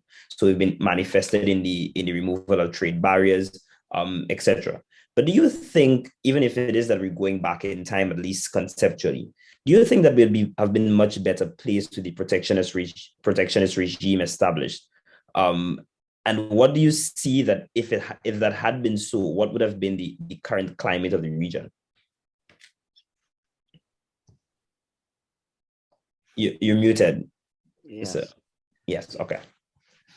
That's a very difficult question. Well, let me begin by agreeing with Professor Lewis. As one who has worked in the Secretariat, has been there in some respects during most of these agreements, I share her view fully that we have been focused on the wrong things. Focusing on trade agreements, look, even if we remove all the barriers to trade, no more than 10% of the trade in the countries around come from the region. So if you think about it, over 40 years, we have been talking about removal of trade barriers and so on, without much success. And no wonder, because it's not a major issue for most people in the region. 10% it's important for certain sectors, but not for the rest of us. The point, though, is that the issue is that we could not retain, frankly, again, going back to Professor Lewis, we were not able to retain the protective regimes that to some extent started the CARICOM enterprise in its more recent fashion because of the world trade, because of globalization and the Washington Consensus and all these numerous things, which overwhelmed us. And most of our technocrats sort of geared towards those and felt that if we were not giving away our enterprises, if we were not giving away our freedom, we would not be part of the world. And that sounds a little harsh coming from one who has been part of it, but that's the fact. That's the sum total of it. Thank you very much. Thank you very much. So unfortunately, as I said, we've come to the end of the first roundtable for today. And I want to thank all of you for participating in today's session. And over to you, Dr. Ali. Thank you very much, Raheem, for taking us through this session. We really appreciate your maneuvering skills in getting us to this point. And I want to thank all the panelists for sharing their thoughts about the past, the present, and the future, and the insights that they brought to the conversation. I'd just like to conclude by agreeing with all in that what has been traditionally the triangle with politics at the apex and the actors, social actors that are the base, has to become inverted as we progress gradually towards integration, if we are to achieve integration fully. And therefore, if our social actors, including youth, or primarily youth, entrepreneurs, educators across the region are to be more engaged and involved as activists to champion change and also be part of the movement to implement, it becomes critical for us to be able to achieve some of the goals that we want to achieve as a region. I'd also agree generally that functional cooperation, with all of the best intentions, and I think Dr. Jules would have started the conversation about federation and the intentions of functional cooperation, and the others would have contributed to that discourse looking at how that may have worked, has not achieved all that we intended to achieve. And I think that's the point that His Excellency would have iterated at the end, where the focus has been primarily on some aspects and not all, looking at liberalization and trade. So we need to ensure that if we are to truly give birth to a region where persons are engaged, where persons are contributing to advancement and development, that we see politics, policymakers as playing a role, but we need to ensure that technocrats, bureaucrats who work with politicians ensure that they give more room for social actors to contribute to the discourse and to be part of the change where implementation is concerned. I also want to echo the thoughts that resource management has not been the most efficient where a region is concerned. We tend to find intra-regional competition. where states, as best that they can, posture certain positions where they seem to be competing with each other. And quite often the economies of scale that could be brought together to make things more efficient in the region are not all the best harmonized. So there are a lot of lessons we have to learn to take this forward as we talk about implementation of the CSME for all the best of intentions. The point that Dr. Gilbert Roberts made about the activation of youth engagement and the support for change, given that the future of CARICOM really is in the hands of the youth.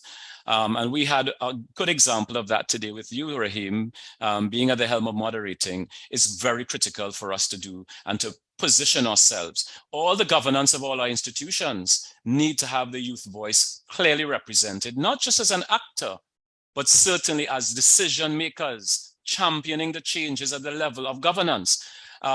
Most of the times we tend to have a lot of persons who are fairly experienced, but not clear in terms of the future. And we need to ensure that we embrace those persons. So I want to thank all for contributing, and certainly back over to you, Rahim, as we close the curtains on this segment. Thank you.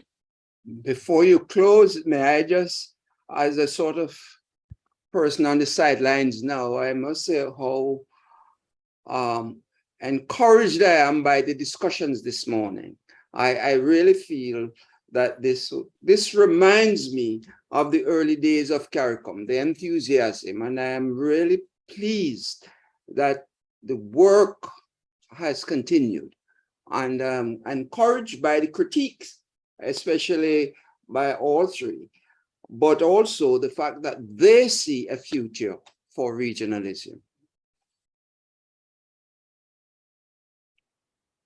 Rahim, over to you. Thank you, sir. I think we may have lost our moderator. Just to say that we are grateful to all of you for your participation. As we bring the curtains down on this segment, I want to thank Dr. Tavis Jules, Professor Patsy Lewis, and Dr. Terry Gilbert Roberts for their contributions. Certainly to our moderator, Mr. Rahim Augustine Joseph, to all of you distinguished guests, including His Excellency Professor Sir Kenneth Hall, for your contributions this afternoon in joining us. It has really been fruitful, and we look forward to your participation in the near future. Certainly, we are going to have a very short break because we are running behind time. So we are going to break for 10 minutes to get the next segment back up and running as quickly as possible, because we have a number of speakers who have very limited time with us and we need to engage them. Thank you all for understanding and for sharing with us this morning.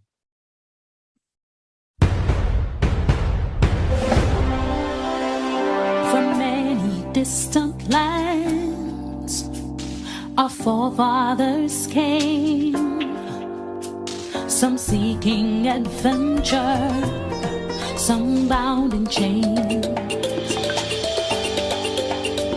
Through battles waged and fought, through victory and pain, by test of their courage, our freedom was gained. In homage to those gone before us, the heroes of lands in the sun, we vow to join hands and to focus on building one Caribbean. Raise your voices high and sing of your Caribbean pride. Sing it loud and strong, feel our hearts beat as one. Celebrate in song as we rise to heights where we belong. Sound the victory drum for CARICOM. Though great and diverse be our ethnicities, the bonds that unite us are stronger than these. We dine, we pray, we love, we dance and we play. We relate to each other, the West Indian way.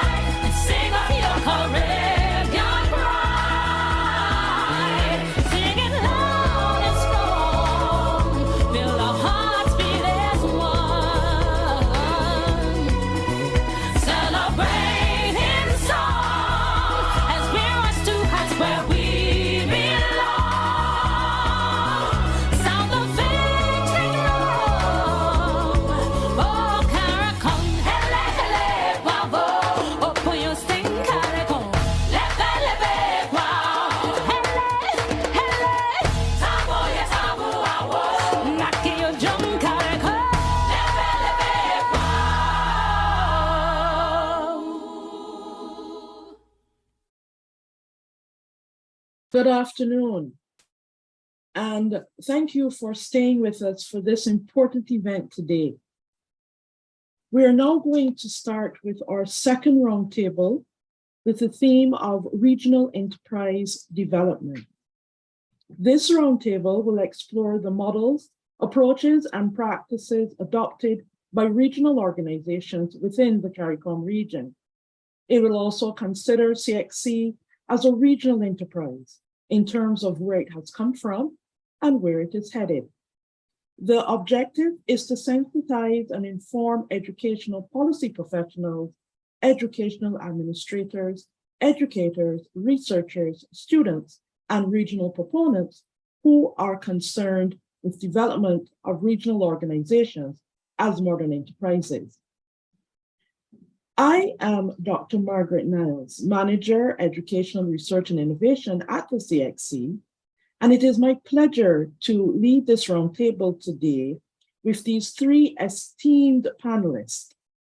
But first, we will start by introducing our first presenter, Dr. Wayne Wesley, Registrar and CEO of the CXC. Dr. Wesley, a Jamaican, is the Registrar and Chief Executive Officer of the Caribbean Examinations Council, and in his capacity, he leads CXC in its new strategic plan implementation, carefully maneuvering and facilitating strategic external linkages and transformation and internal development.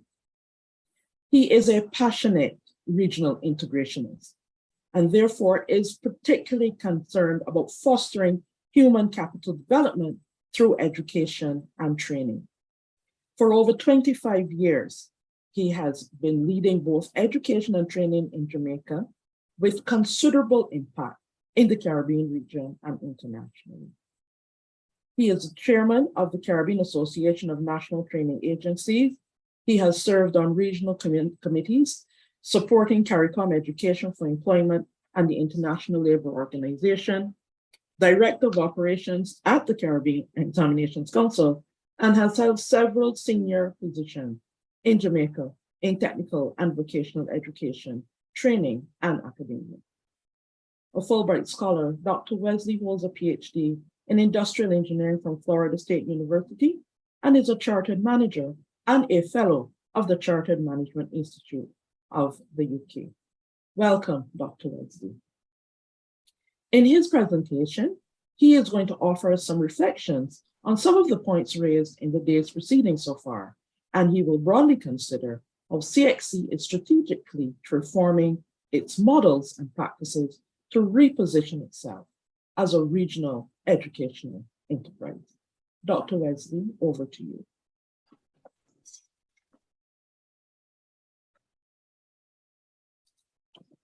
Thank you very much. Thank you very much, Dr. Niles. And I may add that I'll also try and be brief and concise given the day's proceedings and what we have been going through. I think a lot would have been enunciated, which will form the basis for even further dialogue as we go on.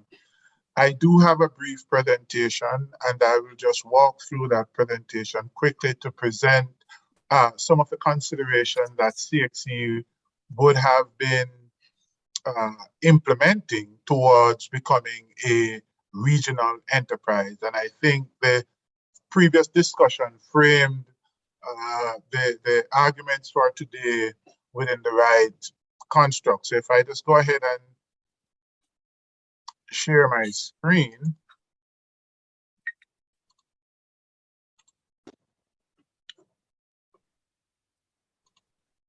Can you see my screen? Yes, we can, sir. Okay, good. So CXC, repositioning CXC as a regional enterprise. First, we were driven by a sense of direction through our new vision and mission that we created to become a digitally transformed enterprise, providing quality, relevant, and globally recognized educational services. In that regard, we construct our mission to look at the development of the human capital of our Caribbean people through partnership for global competitiveness. Hence the idea of creating a regional enterprise and moving away from the notion that CXC is just an examination body. But in fact, we are an integral part of the regional landscape for human capital development and the advancement of the region as a competitive force to be reckoned with globally. In that regard, we were governed by 4 strategic themes. 1, looking first at our customer and stakeholders and achieving excellence in that regard by collaborating and working with our resource persons right across the region for the delivery of our products and the services. We recognize that technology and innovation excellence will also be paramount to what we do, and hence our systems must therefore reflect current and emerging trends in education and the delivery of education regionally. And such platforms should be reliable. Certainly, we would have been exposed to the weaknesses of the regional education system because of COVID-19. And I will not necessarily rehash that, but the need for us to come together in that environment. Operational excellence, where we begin to operate in the region in a global space, understanding that we are competing and we are stronger together if we do that. So we recognize operational excellence as a means of delivering globally recognized high quality products and services within a cost-effective and timely manner.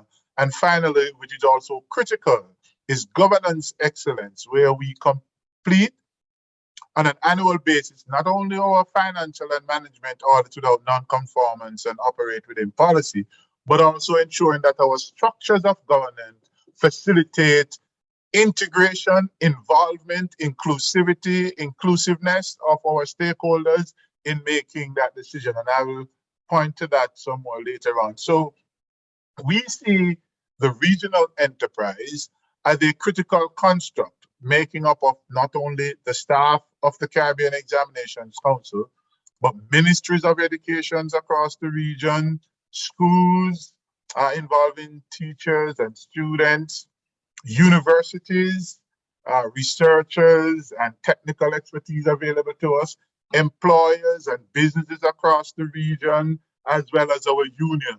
So this regional enterprise will have to ensure that it creates a mechanism within which all these stakeholders will have an opportunity to contribute and influence the direction in which the Caribbean Examination Council is going, as we are seeking to create an institutional framework that will facilitate the advancement of the region's human capital.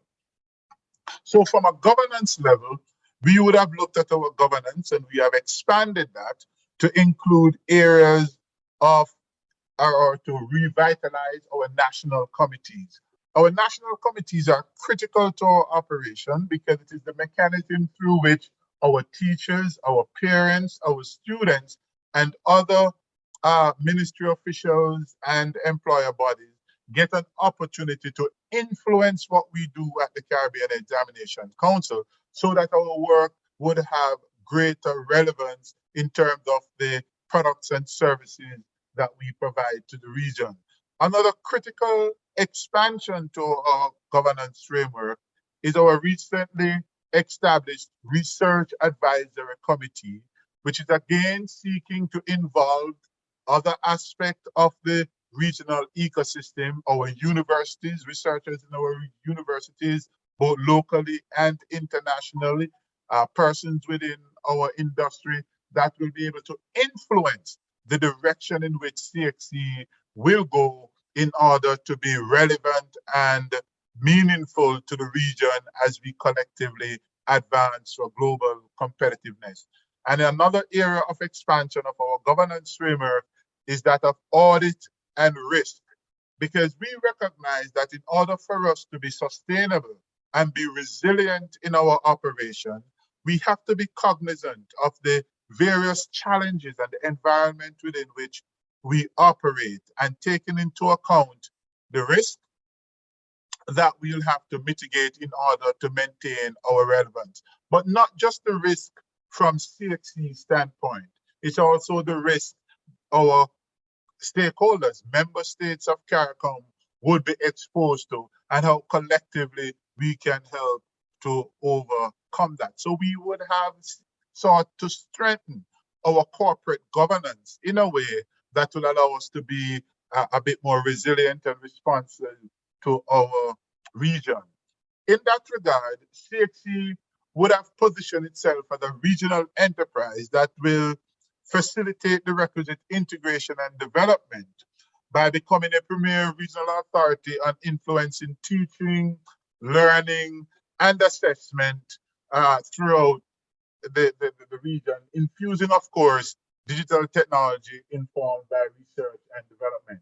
So this integration will look at teaching, learning, and assessment, where we ensure that all of this is brought together through digital transformation. This digital transformation, however, is not limited only to what we do at the Caribbean Examinations Council, but also what obtains in the ministries and schools of the member states of CARICOM that participate within our operation. So for teaching to be relevant, we are looking at creating and designing experiences through simulation and digitization of our learning resources for online consumption. So it was very easy when Professor Kenneth Hall approached us about facilitating wider access to regional integration information and resource material that will help to enhance what teachers do, what students are exposed to, and with what researchers are able to provide and glean. For online consumption, we would continue to influence teaching and learning in that regard. With respect to assessment, looking at creating and deploying our own e-testing systems in schools, helping our education system right across the region to transform to the digital space. So never again will the region suffer from the kind of inability to respond to the pandemic situation that we experienced earlier.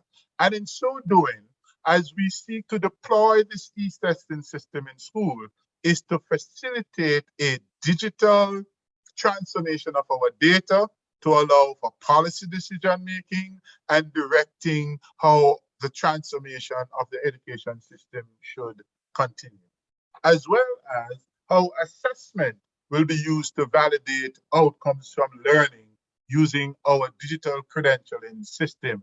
And later on this year, we'll actually launch our new digital credentialing platform for the region, where certificates will no longer be paper-based, but will be digitized and allowing for employers and universities and the recipient themselves to validate and authenticate their certification electronically.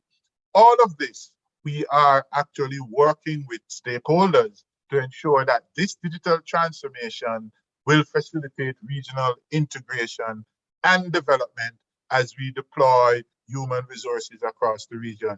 Certainly, this is an activity that will enhance what obtains with the CARICOM single market and economy, because as person move, we have to find an easy platform on which to facilitate the easy movement and validation of certification right across the region. And we're expecting that this kind of digital credentialing will expand not just from primary, secondary, but also to the tertiary education system for the easy movement of people across the region. Because with regional integration, if professionals are moving, professionals will have children that will also need to move.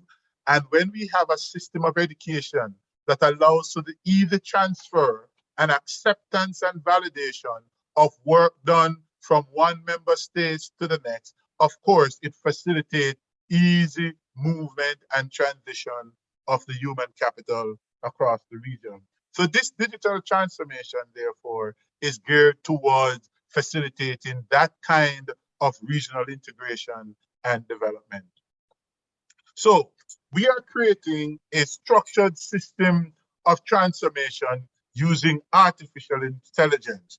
The aim here is the utilization of innovations in artificial intelligence and business intelligence to drive secure, efficient business operations, data protection and management that will enable us to meet the requirements for reporting, efficient data analytics, and data portability in a secure and regulated environment, providing as well our stakeholders with access to critical information that will enable them to make policy decision making. And in this regard, we have already launched our CXC Data Intelligence Gateway, which we have used to digitize our data information and making it available to our ministries of education so they can now make meaningful and relevant decisions as to how to deploy resources and enhance the quality of educational delivery across the region.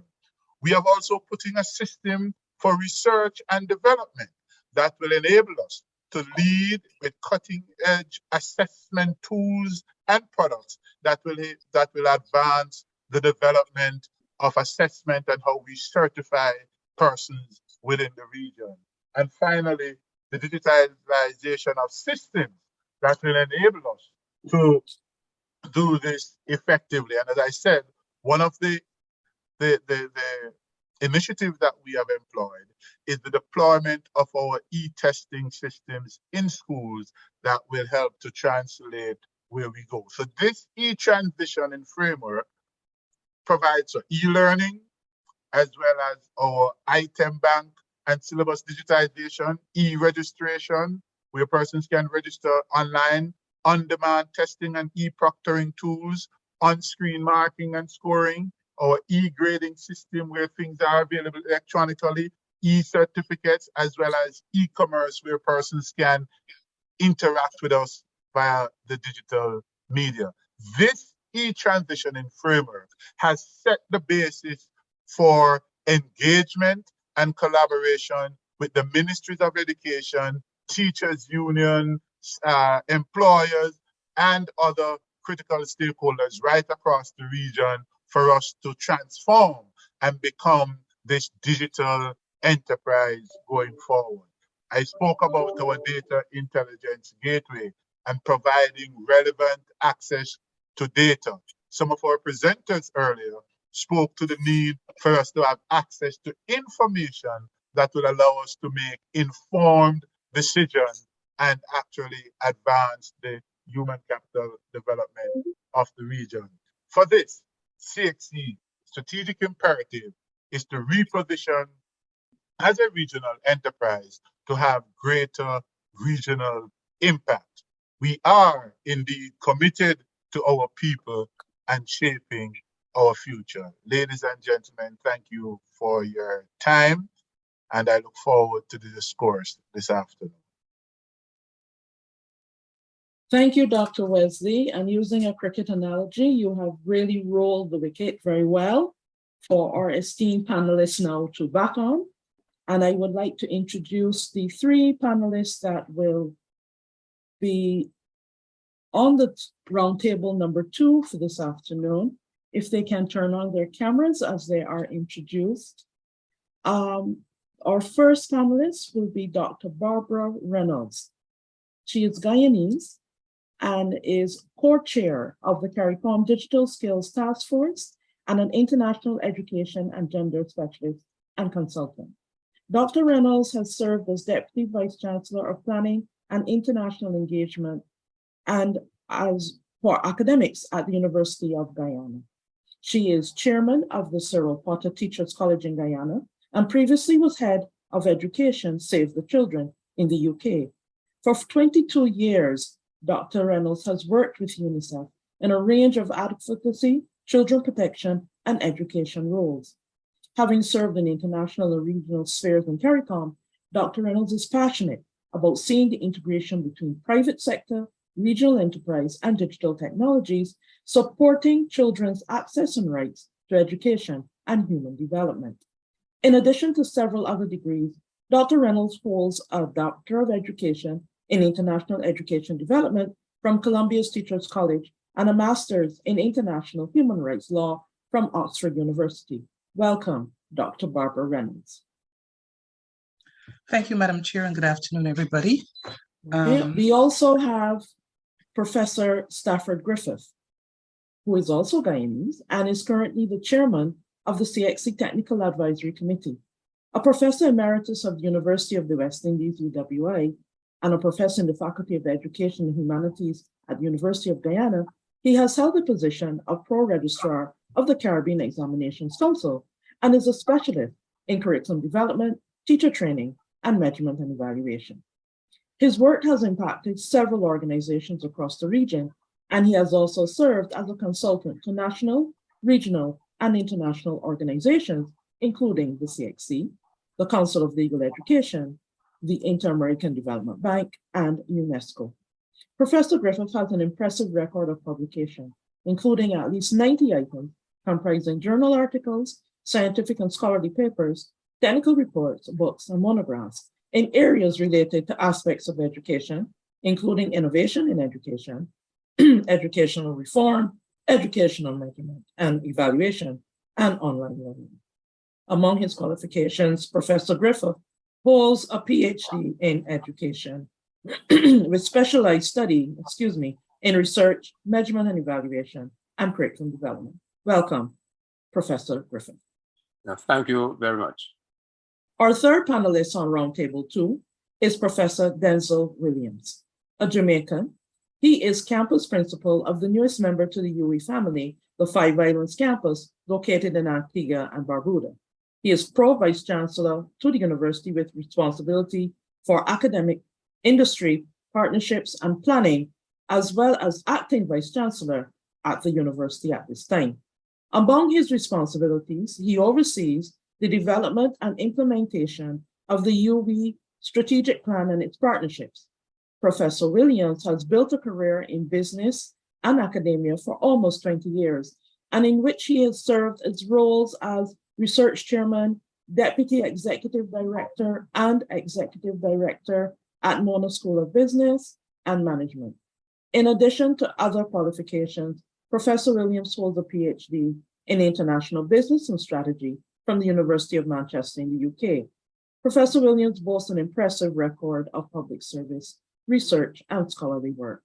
His general area of academic specialization is within international and regional business enterprises. He has authored 5 books, over 30 refereed journal articles, 27 peer-reviewed papers, conferences, and scientific papers, a book chapter, and an edited collection.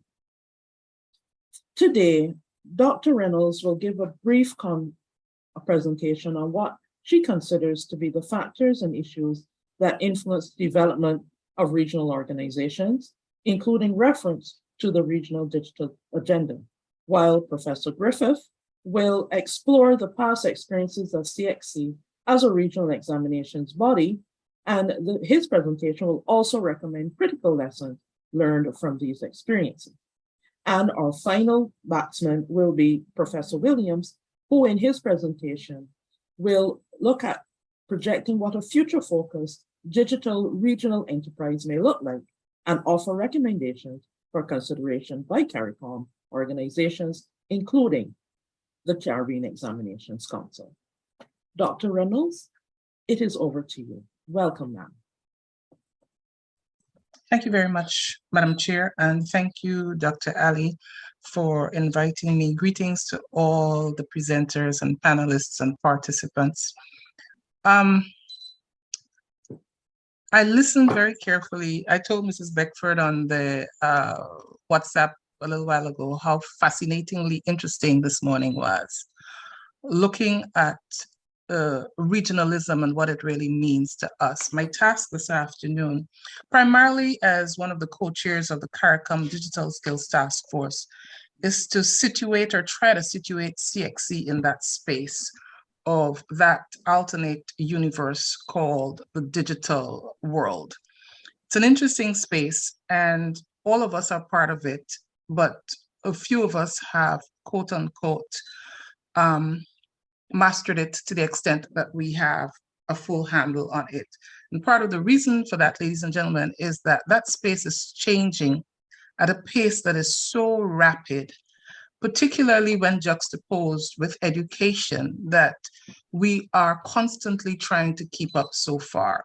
If you consider that in our traditional mode, it takes about 15 to 19 years to take a Caribbean citizen from pre-primary through to, say, grad school, and the pace at which technology is changing now, we understand that gap. That's a fundamental gap. So I want to use that as our starting point and look at a couple of issues here as we move forward. Thank you very much for allowing me to share my screen. Let me just move this up to this and acknowledge that this is the CXC Reform Project and where we are today. I begin with some caveats, and those caveats are quite simple.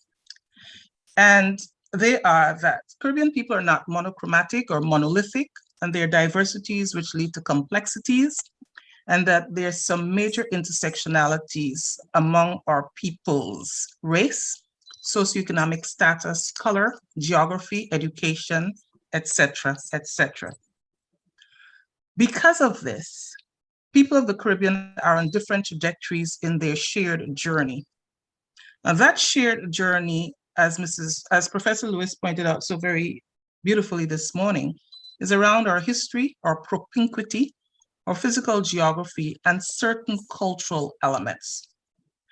Because of this, there is no single undisputed way of knowing or being or learning or living together, necessitating continual discourse, dialogue, and discussion to advance the common agenda.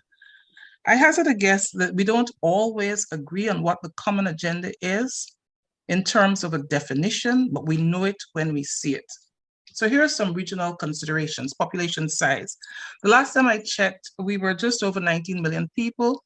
There are 20 cities across Asia and South America that have more than 20 million people. So when we talk about digitalization and big data, what does the concept of big data mean for some of our nation states that have less than 100,000 people?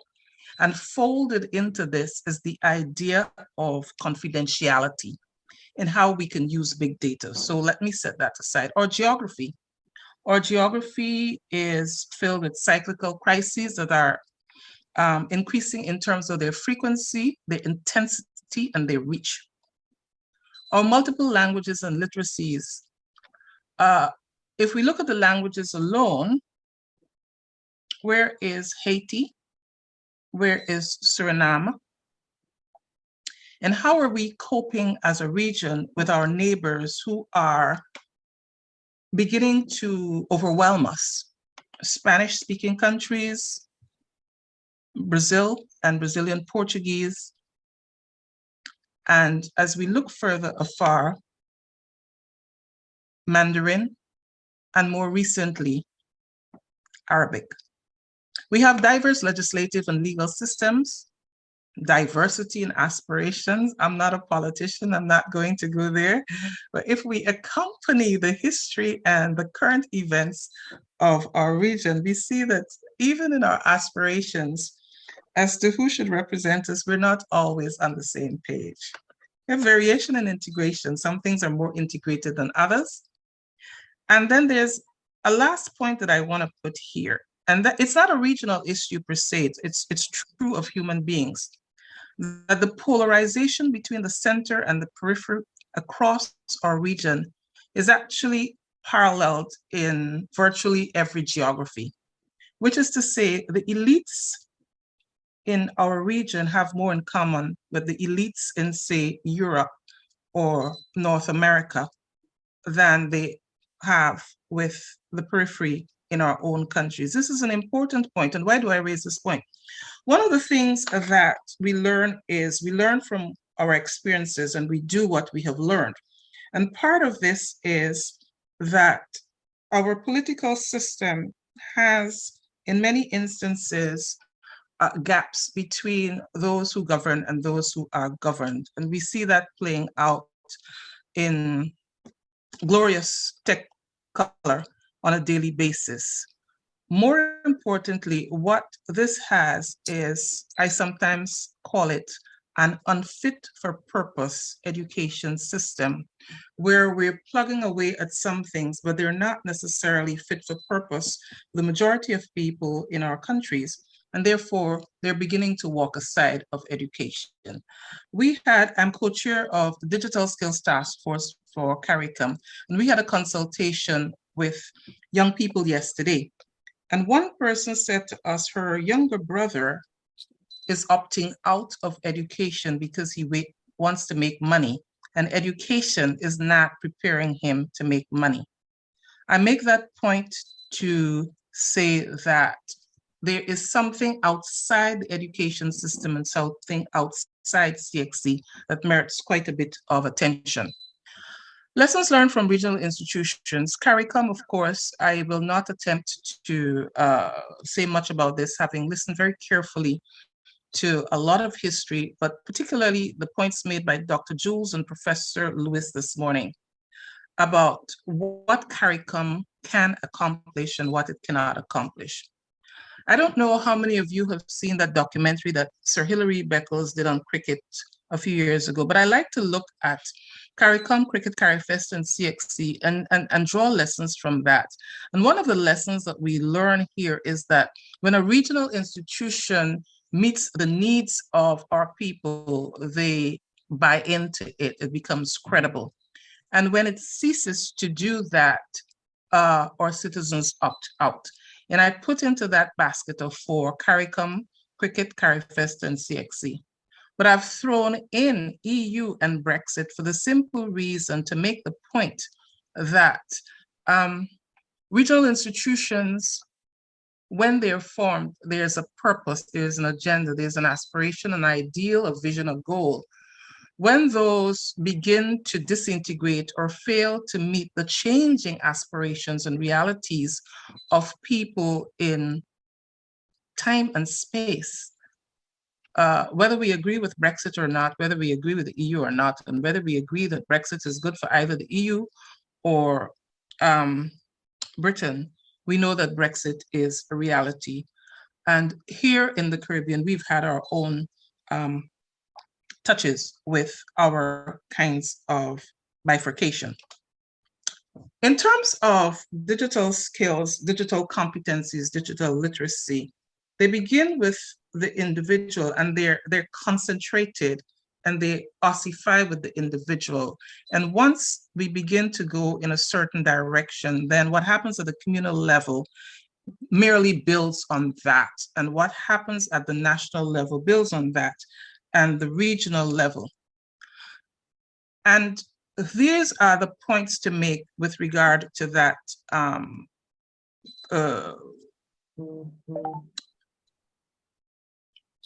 schema that I just showed. Digital skills have a multiplier effect in their natural state. So if there's a deficit in education, when we introduce digital skills, they multiply that deficit. If there is a credit, these are multiplied. Ladies and gentlemen, we saw this in the pandemic, that where there was a deficit, kids have fallen behind. There's some children who have lost not just 1 year, but 2 years of school. And in some countries, we don't know where they are. We don't know if they've gone into the world of work or that they're just invisible. Where there is, however, a credit, these digital skills have propelled others far beyond where in their prior state they would have been. So interrupting this multiplier effect of digital skills, competencies, literacy in their natural state, and using it as a transformative tool, which is where I think CXC wants to go, for social equity and national development, requires a whole of everything approach, whole of family, whole of school, whole of community, nation, regional effort. We go back to the early days of the pandemic when a family had 1 laptop and there was a toss-up whether mom, dad, or any of 1, 2, or 3 children should have the laptop. that problem was solved at the level of the family. You went out and you got another 2 laptops. You kind of schedule things around priorities. It's that has to be done now at the level of the school, the community, the nation, and of course, regional effort. Learning loss, the World Bank has done a lot of this. I did some work early in the pandemic about this. We have not yet seen the actual result and the impact is going to take this generation to try to sort that out of the learning loss that accrues to the pandemic. In some concentrated areas across our region, boys and males are being left behind, in part because of our unfit for purpose education system, which captures them for 7 years or 5 years or 4 years post-secondary or 3 years and holds them still while the world tells them that they should be providers or they should be other things. And can they find resonance with this? And how do things like micro-credentialing and a flexible response to education help keep our boys in the academy? And one of the things that CXC is doing when it talks about its new vision is not just integration, but flexibility, responsiveness, and proactiveness. And I think looking at boys and males and where they are and looking at things like micro-credentialing without prejudice to quality and credibility are some of the things that we would want to see happening. Ladies and gentlemen, I regret to tell you, based on the work that I've done for the Caribbean over the last 2 years, violence is becoming endemic in schools and learning spaces, including in social learning spaces. And this is, this challenge is compromising the school's ability to do its job. When teachers are afraid and have to not discipline students because of violence, when teachers are not able to tell students that you got a D as opposed to C, then there is a challenge ahead of us. The point to note here is that there cannot be a single entry point for CXC, but CXC needs to have multiple entry points. I have a to-do list here that I've kind of put together. One is keeping Caribbean people at the center of focus, who we are, solving the back-end issues, and we know them. It's electricity, the cost of data, packages, internet access and its penetration in our geographies. Agreeing on the role of examinations versus certification versus assessments versus verification. And I say this in context of the green economy, the blue economy, where tourism, agriculture, forestry, food processing are key to regional and national development, and how examinations versus certification versus assessments versus verification can help on that. Agreeing on regional standards, and there's a lot of work being done at this across the broad spectrum of job families. Addressing the diversity in size and scale, and dealing adequately with technical subjects that have a practice area. I've mentioned micro-credentialing and of course, maintaining quality and credibility. I make all of these points, ladies and gentlemen, to say that the CXC reforming project is necessary. What we want to do is to recognize that many of our CXC candidates fall in 1/3, sometimes 1/2 of our population. And very often, they are broad groups of students who do not even try to take CXC examinations. So the question is, how do we reach out across the various population groups, subgroups in our region, across the various geographies, and how the CXC in the digital space, bearing in mind what I said about the multiplier effect of digital skills and competencies, help our region to make an education system in its legacy that is not really fit for purpose, become fit for purpose, and help our students reach not just their potential, but contribute to citizenship and national and regional development. Madam Chair, thank you very much. Thank you too, Dr. Reynolds. Food for thought and direction on the way forward for the CXC. I now invite Professor Griffith to make his presentation. Professor Griffith? Yes, thank you very much, Chair. I just want to share my slide, and I take it that you are seeing this. Yes, we are, sir.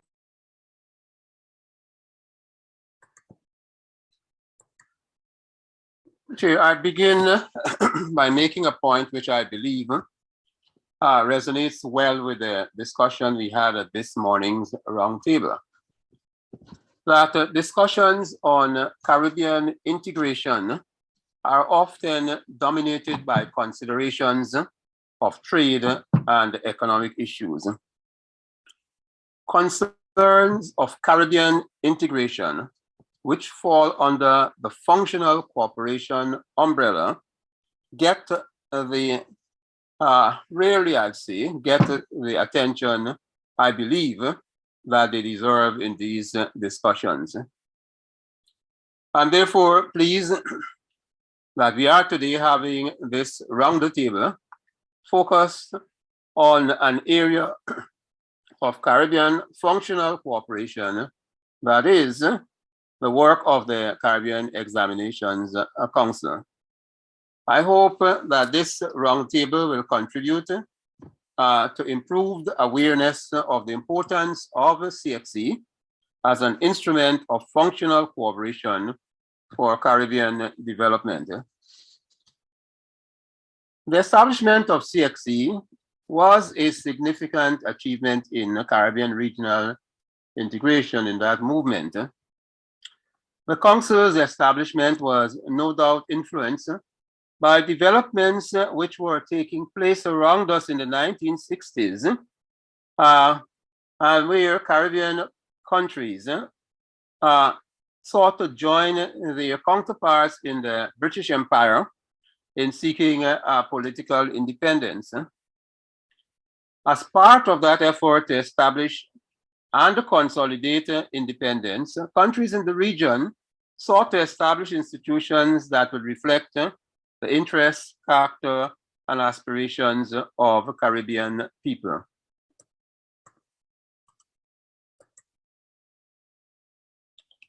Progress in decision-making for the establishment of a Caribbean Examinations Council was understandably slow during the decade after the collapse of the Federation in 1962.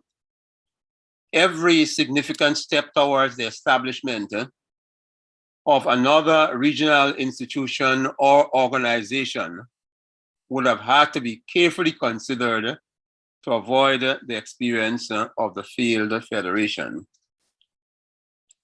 But in 1972, this council became a reality with the signing of the agreement establishing the Caribbean Examinations Council in April of that year by 13 Caribbean governments, and several other countries joined later, and I think we have perhaps over 16 participating countries at this time, and the CXC provides services to a much larger number of countries as well.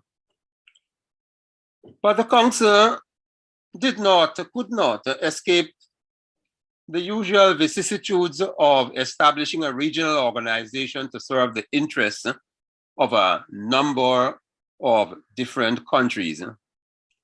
It has, however, evolved to become one of the most stable and successful organizations of the Caribbean regional integration movement.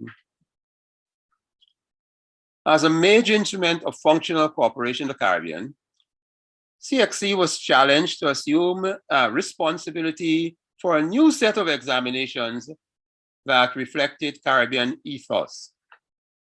It provided the Caribbean with an instrument for shaping change in the region's education system.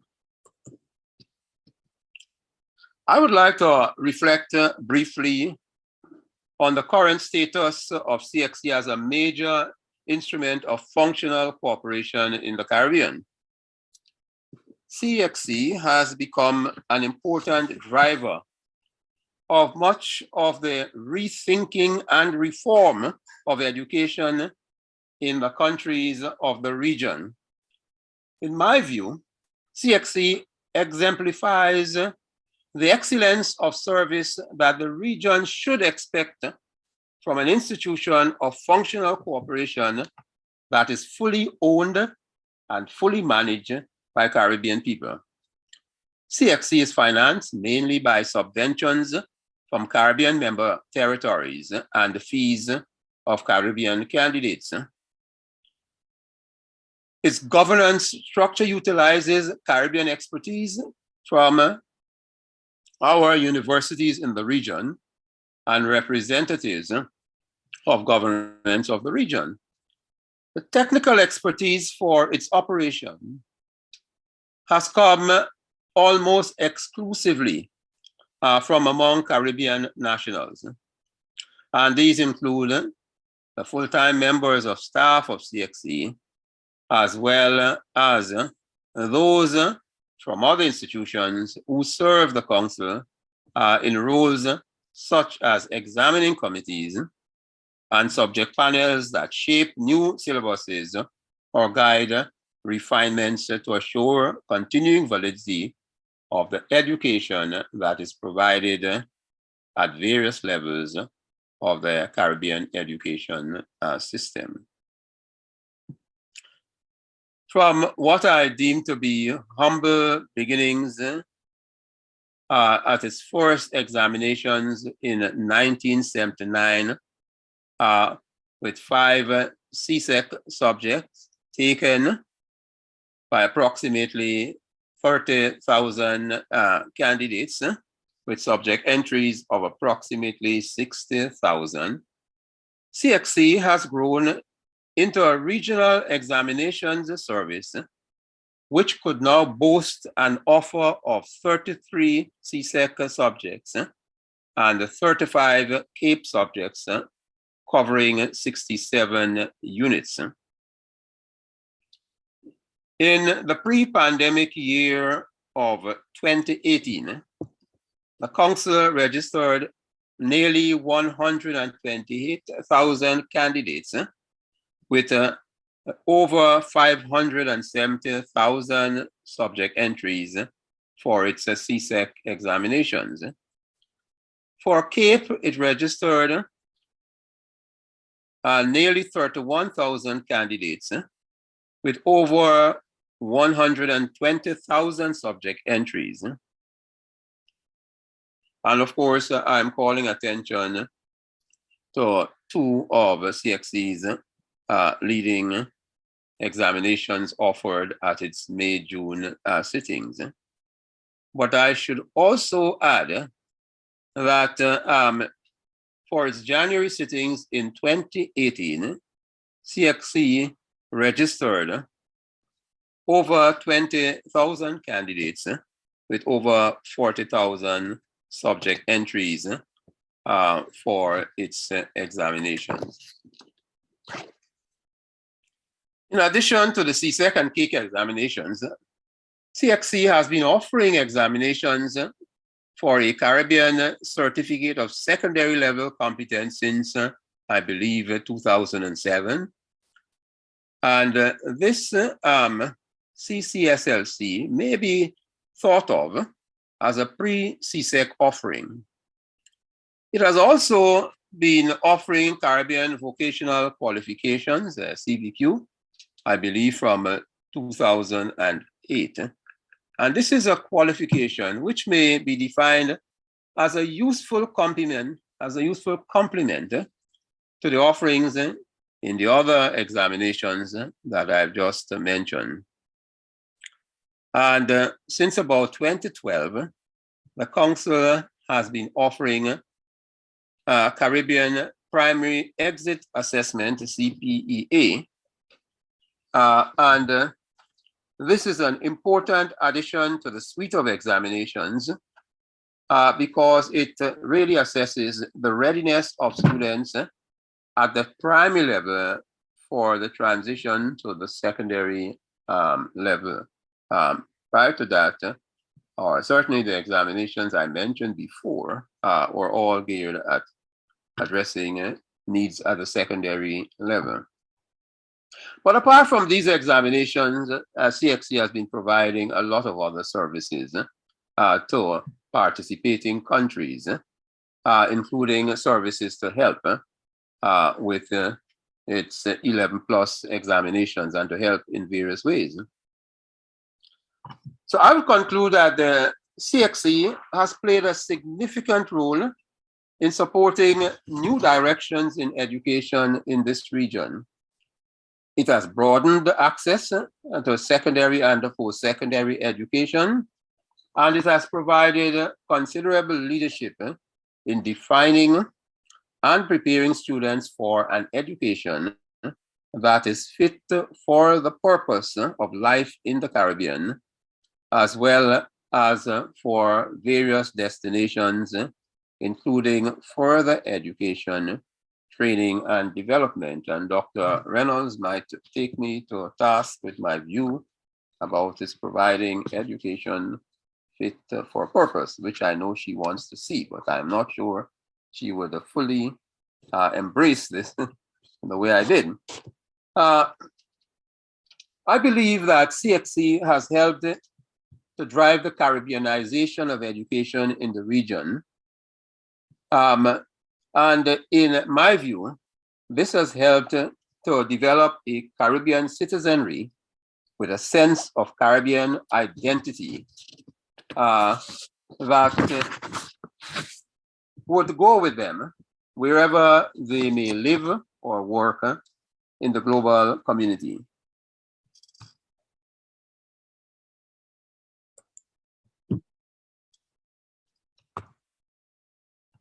Now, we can't deny that CXC has done well so far. It has, of course, a few challenges. It has had those challenges from which it must learn, and I'm sure that it has learned. And as it goes forward, it must consider how to address these.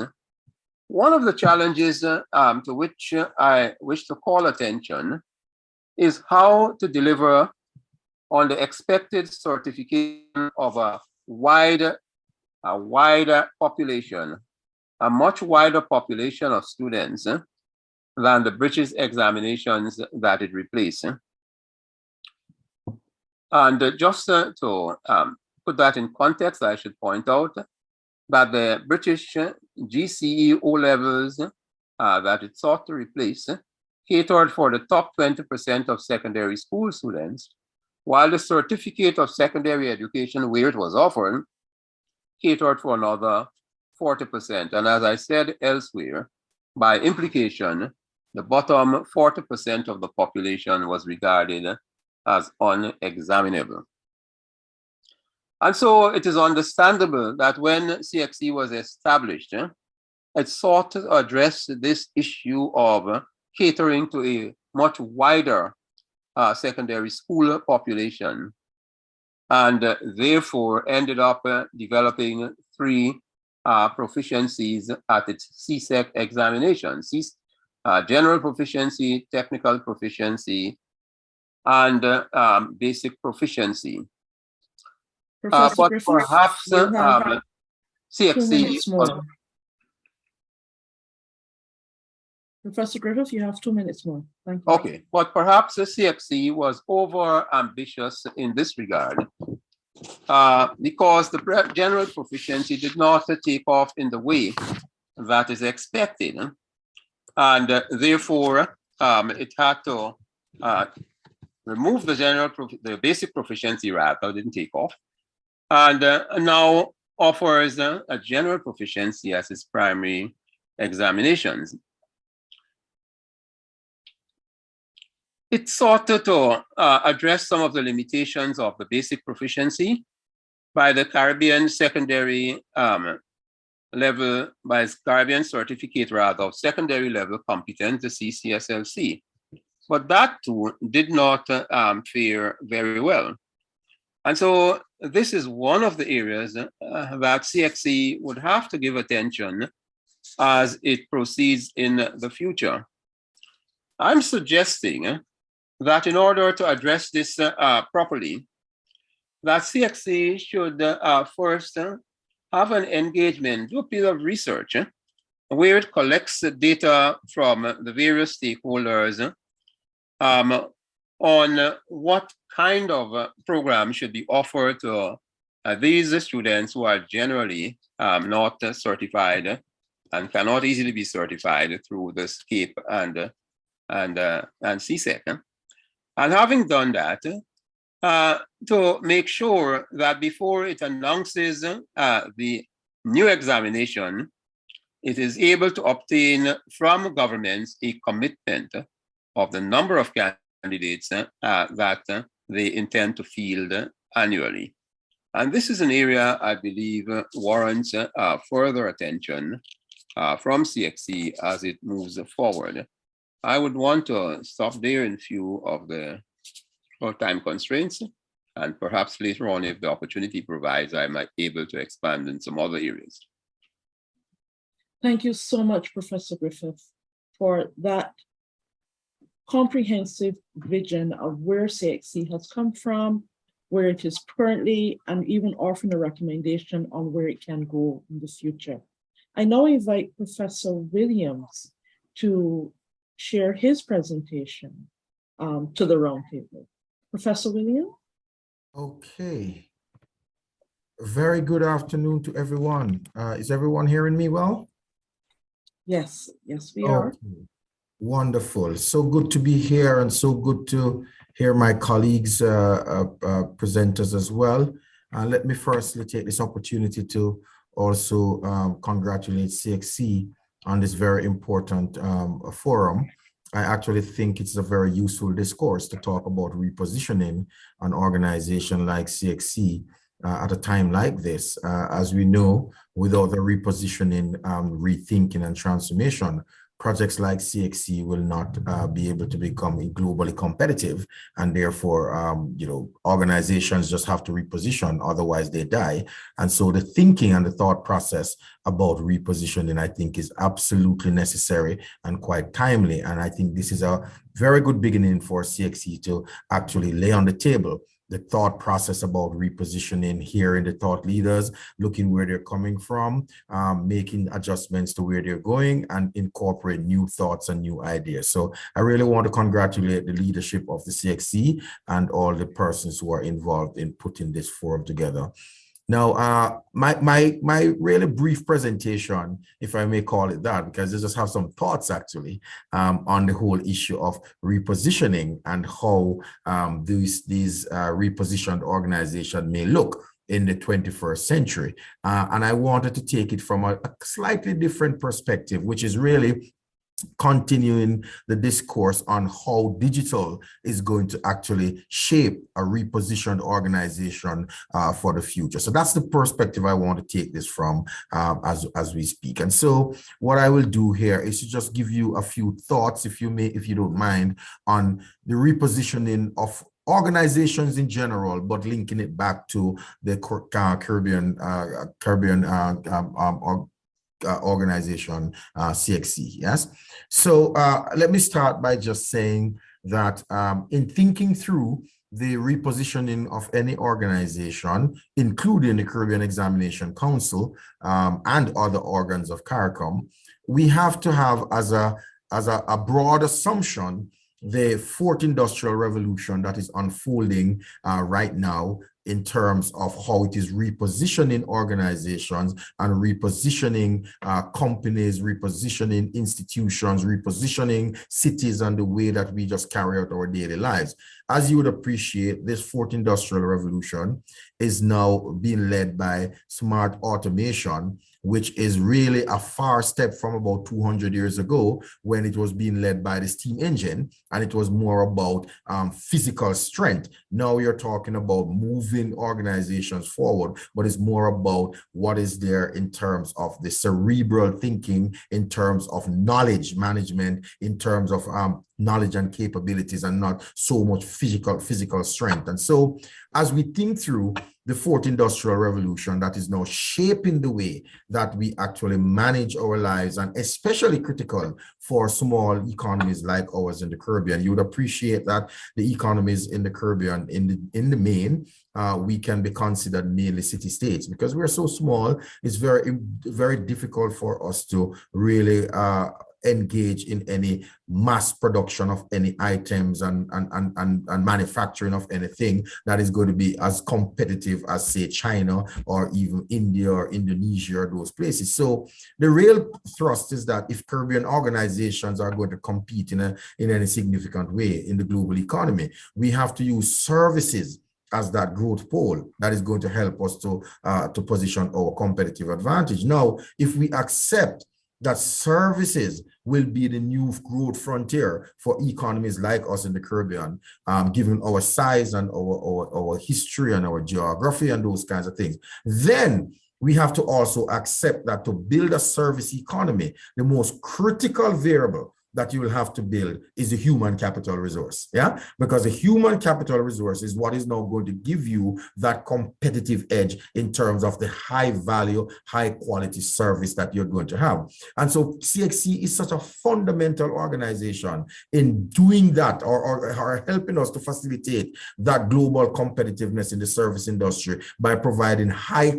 quality examination, testing, and thought leadership in terms of building the human capital resource at a certain level of the education value chain that we have in the Caribbean. And so when CXC is now thinking about how do you position your human resource in order to build high value services that you can now have high value institutions that are going to become globally competitive. CXC has to do that on the assumption that the fourth industrial revolution is actually driving the way that organizations are going to be operating over the next decade or two. And as a result of that, the human capital resource now have to be built in terms of taking these things into consideration. And so if CXC is repositioning itself to take those realities into consideration, there are some critical things that really have to be done in preparing the organization for this, what I would call digital revolution that is making it ready for the future. So I look at some work from McKinsey, for example, and McKinsey noted that organizations that are heavily professional and service-led, that are looking towards repositioning for the future, what you're seeing there is that there are some critical preconditions that have to be in place in order to get those organizations fit and ready for the future. And so I would like to identify just a few quick, what I would call preconditions that CXC, and for that matter, any organization would necessarily need to bear in mind as they think about repositioning. One, you have to think about transformation of your business processes. So the same way we do things 30 years ago, when you're talking about a new organization, you're talking about a new economy, you're talking about a new industry sector, we have to now look at our business processes from input to output and say, how is it that we actually convert what raw material we get, whether it be, as I said, services in terms of the human resources, we get the raw material from the primary school. How do we convert that raw material into a product that is going to lead to the next phase of the value chain, which is the tertiary sector in the case of CXC, or you call it the post-secondary sector in some respects? How do you now position that resource to make sure that it can move to the highest level of competitiveness in the next phase of the journey? And so you have to look at your business processes. You have to look at how you actually acquire the resources. In this case, it will be mainly your students, etc. What quality students are you taking in? What are the preconditions for those students? You have to start thinking about that. When they leave primary school, what are some preconditions that they now need to have in order to get to secondary school so that CXC can prepare them for the secondary journey? So how agile are your processes to help in terms of molding the students that are moving from the primary level into the secondary level and preparing them to go to post-secondary level? That's a value chain that you have to think of. So in essence, what CXC has to now do is to properly map their value chain in terms of where in the education continuum do they fall, and what are the inbound activities that they have to do, what are the supporting activities that they have to do in order to make sure that their product that they're moving now to the post-secondary level is at a competitive state. So again, that is going to require some level of interaction with the entire business process of CXC and transforming that process in order to make it fit for purpose. Underlying that, as I said, is a great assumption that the fourth industrial revolution is really what is going to be shaping the way and the directionality of the future economy. And therefore, our processes now have to reflect that kind of thinking as we move forward. So business process transformation is one precondition that has to be done. And then you have to also look at the transformation of the business model as well. And what is your business model? Your business model is just really that collection of activities that you actually do in order to deliver service to your customer. So you're going to have to say to yourself, what is my business model? Is your business model just to package a number of courses and sell to students? And when I say sell, not in the traditional way of a baker selling bread, but advance these to students so that they can build their human capital to move on to the secondary level, to the post-secondary level. Is that your business model? If that is your business model, is that business model now fit for purpose in terms of a new way of operating the economy? Because in the main, the business model says we package some courses, we get some kids in a classroom, they will take these exams and then pass these exams and move it forward. Now, with the fourth industrial revolution, as I talked about earlier, being the undergirding principle on which you're organizing your organization going forward, do we need people to be actually in a physical classroom in order to get the outcomes from CXC?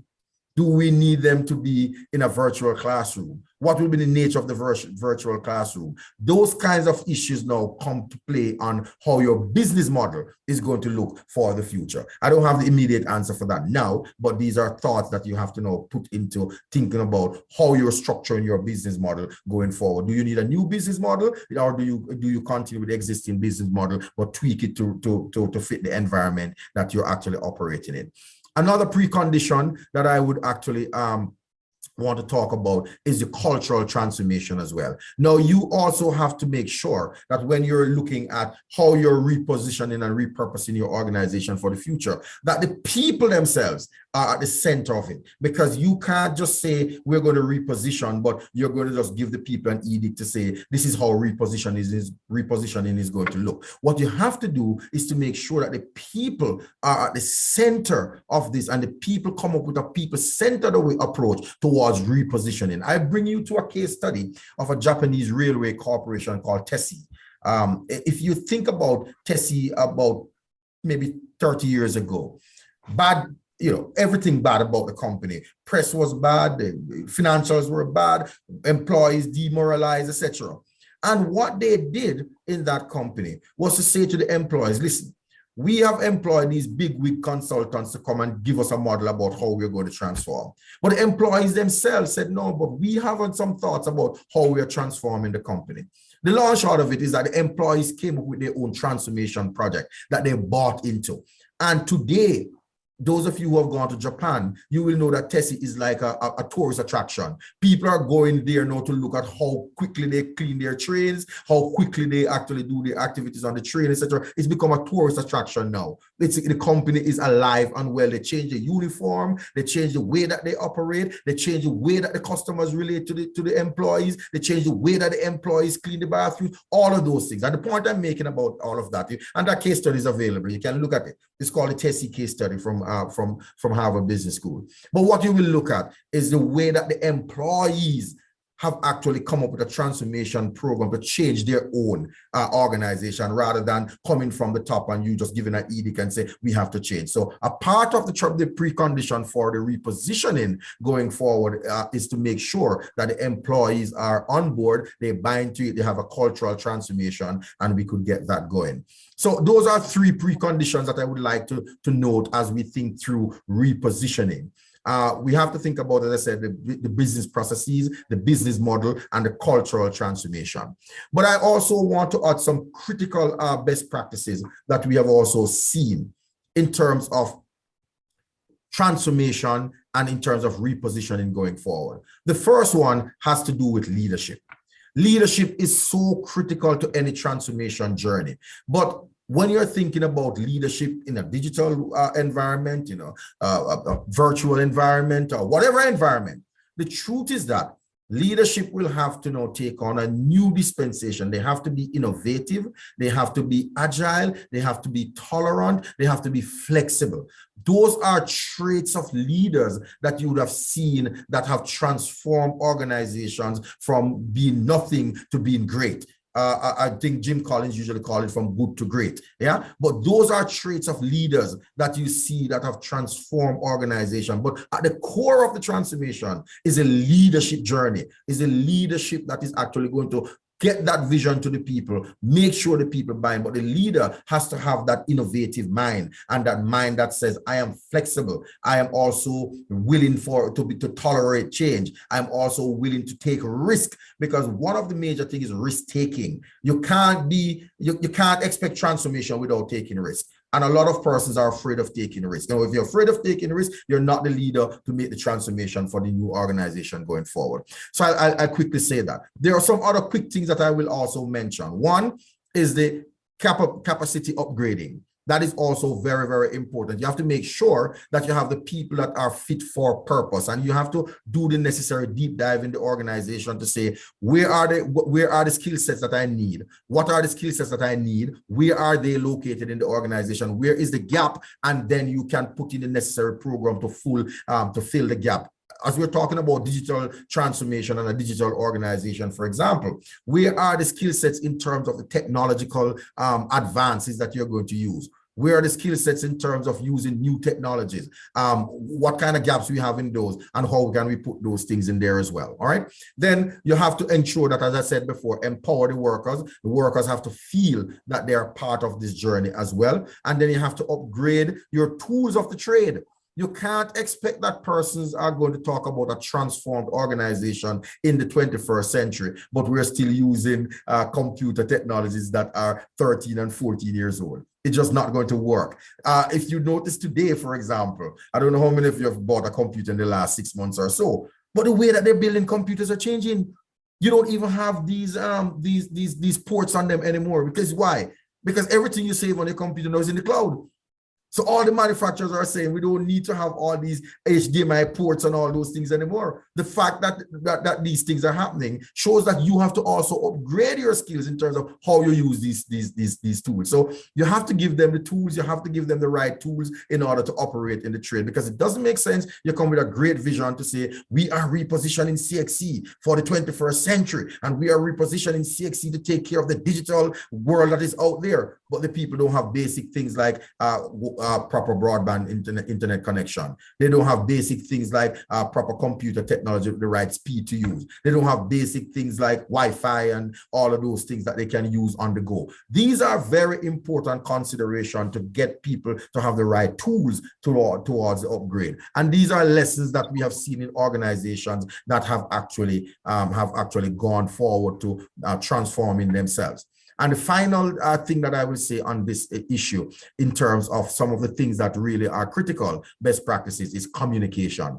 Communication. So what you really need to do is to make sure that the communication is not a one-off event.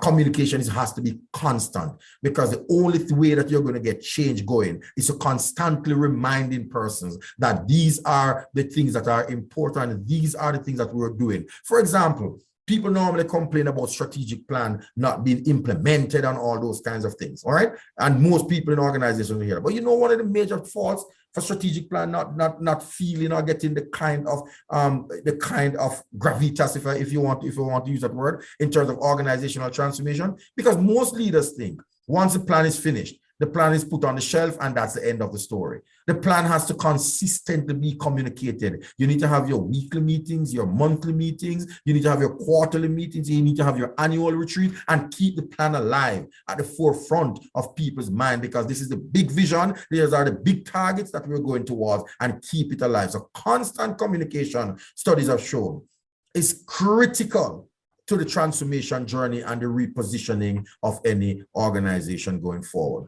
And so as I wrap up this short talk, I will quickly say that in terms of facilitating the digital journey and building the competitiveness of the Caribbean Examination Council and other CARICOM organizations as well, there are some critical technologies also that we have to deploy, because again, the studies have all showed that once you're going digital transformation, a big enabler or a facilitator for the digital transformation is the deployment of competitive and innovative technologies. So technologies such as mobile internet, big data, and big data architecture is going to be critical that we embrace that technology. For example, it is said that 1 exabyte of data, which is about 10 to the 18 bytes of data, is created on the internet every day.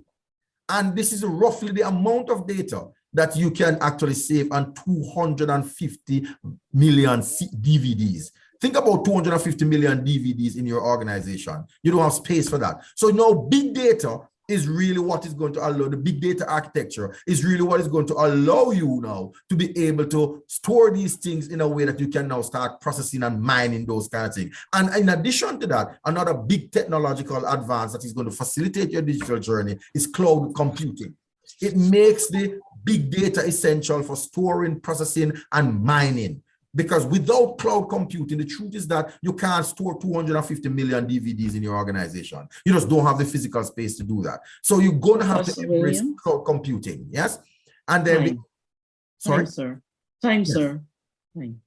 Okay. And then the final thing I will say is that technologies such as design thinking, robotics, augmented reality, Internet of Things are things that you have to embrace. So if my final words to you, as I actually end this presentation, is that to embrace change, there are 3 things that I would want to leave with you. 1, embrace leadership with a proactive and modern vision, not just a focus on the past and the status quo. 2, transform your business processes. 3, transform your business model. And 4, empower your people so that they can actually feel a sense of ownership of the transformation. So I want to leave those thoughts with you, and I really welcome your thoughts in terms of question and answer at the end. Thank you. Thank you. Thank you, Professor Williams. Before we go into questions posed by our audience, I would like to invite any of the 3 panelists to comment on the presentations made by the other 2 panelists. So the floor is open. If you have a question for Dr. Reynolds, or if Dr. Reynolds has a question for Professor Williams or Professor Griffith, the floor is open.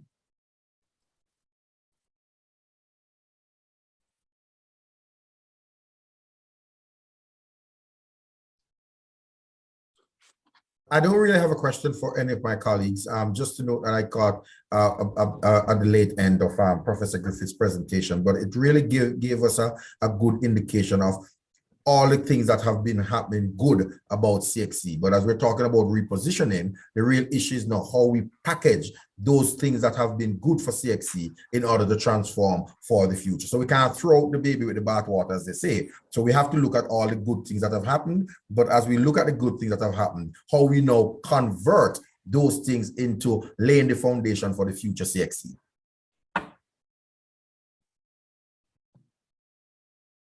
If I may, Madam Chair, Professor Griffith, my senior in intellect and in the profession and all things, Professor Griffith, good to see you. I worry. I passed common entrance and I went to the best high school, girls' high school in Ghana. That's a whole lot of can of worms, okay? We're not seeing that anymore. We're not seeing that anymore. There are two aspirations that became cliched. One laptop per child, one laptop per family, or one laptop per teacher. And don't leave any child behind. When you intersect those things and you consider where we are with regard to digitalization and how we operate, we realize that the aspirations inherent in those statements became cliched. And in very many ways, not leaving any child behind meant that we pushed them through the system. And Professor Griffiths, you and I know that when we talk with leaders in the private sector, when we talk with leaders in development, however we define that word, we get the same refrain. It comes back to us. They're just not prepared. They don't have the fundamentals. I make the point that it's not necessarily the kids who have 20, 13, 14, 15, 16 CXC passes. It's the ones who don't actually attempt to take CXC examinations. And so my concern is not necessarily for CXC per se, but how do we as a region ensure that perhaps we tweak, we nuance what we do. And I'm very much a proponent of micro-credentialing because when you look back at the basic proficiency, okay, you know the reason why I didn't catch on? Because of the word basic. O-levels and A-levels were doing just fine for decades. You had O-levels, I had O-levels, and we went on and we did A-levels. But once people cottoned on to that term basic in basic proficiency, there's something that did not resonate with how I perceive myself as having 4 passes or 5 passes at the basic proficiency. I don't think it is necessarily just a labeling issue. I think it's what was communicated. And so I think there is some nuancing that has to be done so that the examining, the certification, the assessment and the verification of the skills and competencies and the knowledge that our students acquire is diverse and meet diverse needs where people are in their geographies and their socioeconomic status, but also in terms of self-employment, employment, and employability. Thank you. Okay, Chair. Just want to make a few comments. First of all, my attempt to talk to the basic proficiency, the limitations, and the effort that we have made and perhaps still need to make in providing an examination or a way of assessing students, which is different, derives from the experience that we recognize that CXC committed itself to going beyond what the traditional O-level did in terms of the proportion of our student population for which it catered. And that is justifiably so because we live in different times. By the time CXC came on board, we were looking at ways in which we can have an education system from which everyone can benefit. And perhaps massification of education became part of our thinking. So we didn't want to stop at the 20% who were doing very well. We thought that we could move all students along and provide them with some competencies that will make them useful citizens, persons who can contribute to the development of their society and the country, and who can benefit from those developments, so that the effort on the part of CXC to try with a basic proficiency was an effort, I believe, to see how we can reach some of our student population who otherwise or coming out of the education system without any value added. And that still remains, I believe, a problem that CXC must seek to address. But I want to also share with you that in conducting various exercises for CXC to collect data which may be used for the rethinking and revisiting of its syllabuses, I was struck, and I so report, I was struck by the extent to which not only employers, but very importantly, students were asking for a different kind of product, that they were thinking that what they were getting was not preparing them for the various destinations. And certainly, a proportion of them will aspire to go on to further education and training, but the large majority of them are going to look for jobs. And they were not seeing a match between what they were being taught and the job skills, to put it that way, that were required. Right? And so they were not getting what they thought should be a competitive advantage by going through a program of CSEC or CAPE or others that CXC has to offer. And I did say, and will continue to say, that we really have to take a look at the nature of our education system. I know my good friend and colleague, Professor Williams, talked to looking at a model for change. And I believe as part of that model, we really have to rethink the nature of preparation that we are providing to our students that ought to make them fit for life in the Caribbean, for life in the workplace, and for improving their own quality of life, I would say. Thank you, Professor Griffith. Dr. Wesley, as the person now charged with this mandate to move forward, may we please have your comments? Thank you. No, thank you, Dr. Niles. Let me commend the panelists for the very insightful and thoughtful presentation that they have made. Starting with Barbara's presentation, I think it was quite useful to see the foundational basis on which any regional activity ought to be established for the effect to be general in nature. The idea of going down to at least the household in the community to begin, or at least starting from there, to evolve into a regional expression of how digital technology can be utilized for advancing the regional's human capital development effort, I think is significant. I guess coming from her position now heading the skills, the regional skills project, would have given her that first-hand exposure to what obtains at the local level.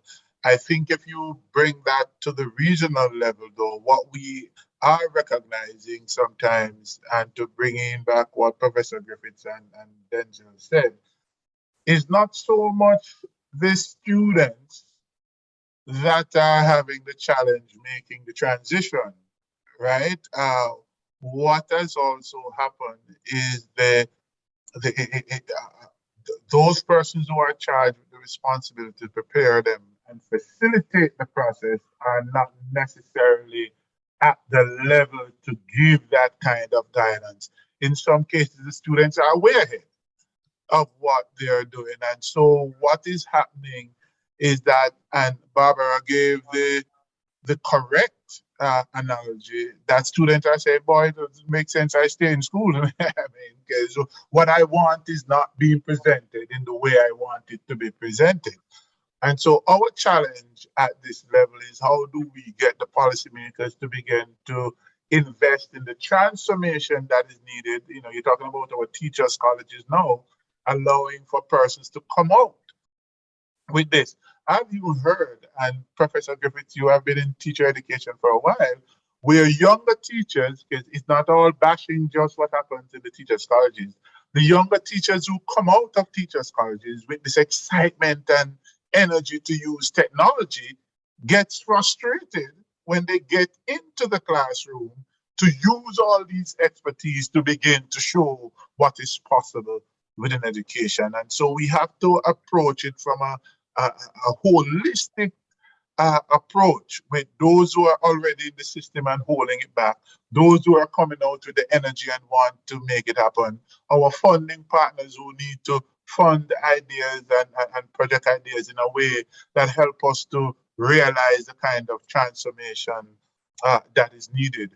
In that regard, too, and I think either Barbara or Stafford actually went to the point on what we are doing for the mass that is still leaving the school system without certification.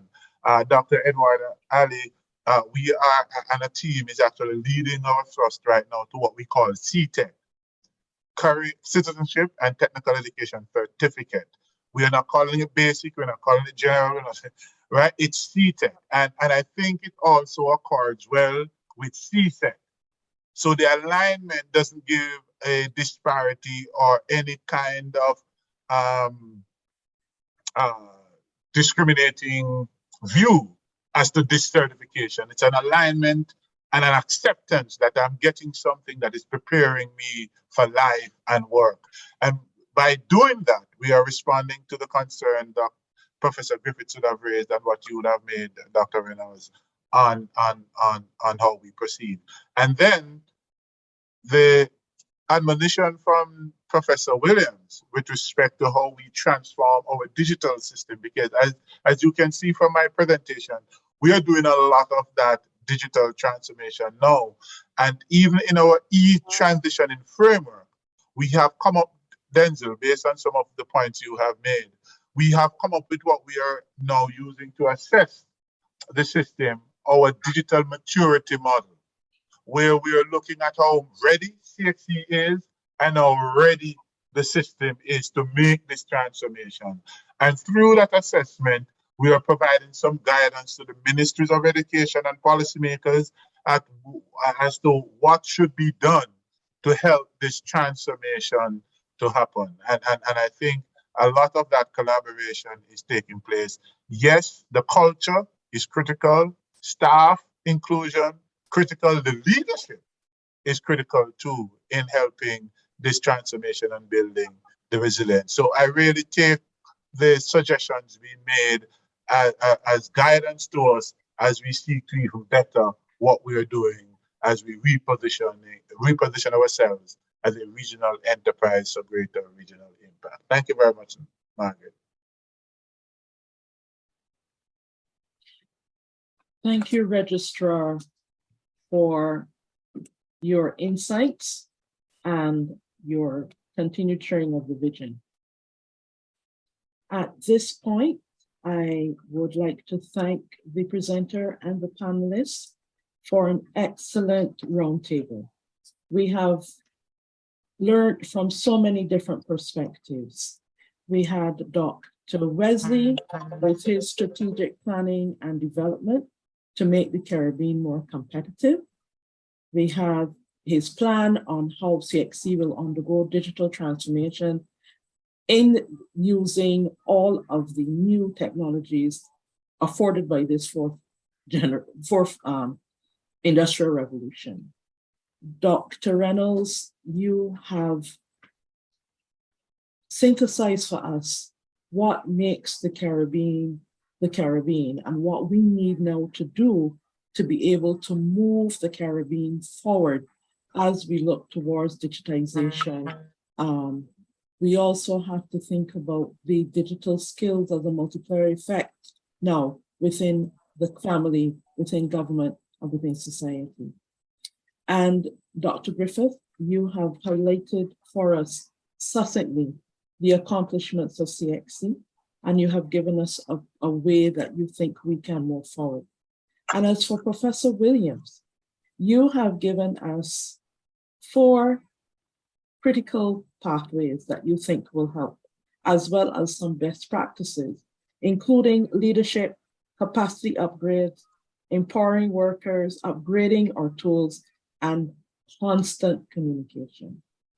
With such a well-rounded roundtable for once, so we didn't have four corners. We actually sat, we exchanged, we looked each other in the eye, and we all really participated and showed our passion, from our presenter, Dr. Wesley, to Dr. Reynolds, Professor Griffith, and Professor Williams. I think we can say for this roundtable, a job well done.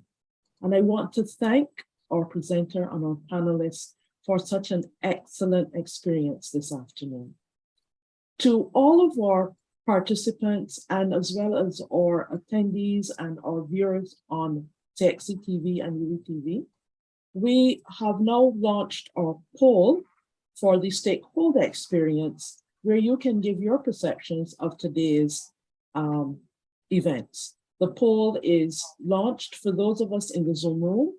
It is in the chat, and you are now invited to take part in our poll while we prepare to bring the person who will deliver the vote of thanks for today's proceedings into our meeting room. So please take a few minutes and complete our stakeholder experience survey poll. Thank you so much. Thank you so much for participating in our poll. And I'm sure that even after we close, it should still be available for persons to share their experiences and their perceptions of what went on today. We now come to the point of our proceedings where we love to have, but also hate to know, because we know that we've drawn to the end of a wonderful presentation and event. It is time for the vote of thanks. And to deliver the vote of thanks for today, we have Mrs. Norlette Leslie Yard, who works at the Caribbean Examinations Council Western Zone Office and is the Principal Staff Association representative for that division, and has been employed with CXC in the capacity of manager in the Syllabus and Curriculum Development Department for the past 6 years. Mrs. Yard, please, we welcome you. Thank you. Thank you, Madam Chair, and good afternoon to all. On behalf of the directors, management, and the staff of the Caribbean Examinations Council, I have been given the honor to deliver the vote of thanks on behalf of Ms. Keisha Laurie, President of the CXC Principal Staff Association. I would first like to thank our moderators, Mr. Raheem Augustine Joseph, Ambassador for the Commonwealth Student Association, and Dr. Margaret Niles, Manager, Educational Research and Innovation, CXC, for astutely moderating both roundtables.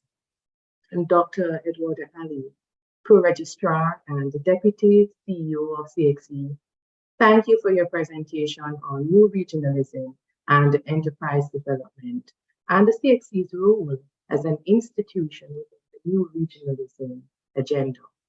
Professor Tavis Jules, full professor, Cultural and Educational Policy Studies, Loyola University, thank you for sharing the principles and experiences of old regionalism and its impact on education development in CARICOM.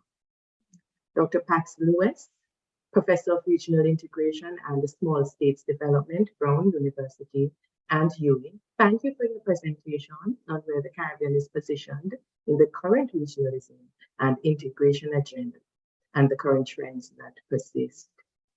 Thank you, Dr. Terrian Gilbert Roberts, Research Manager, Economic Youth and Sustainable Development, Commonwealth Secretariat, for your assistance with this event and for your presentation, which gave tremendous insights into the future of CARICOM.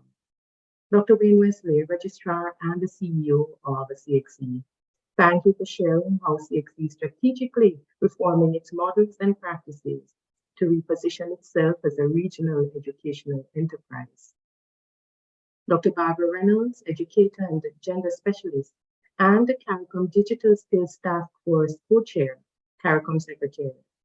Your presentation on the factors and issues that influence the development of regional organizations gave us a greater understanding of how CXC came to be.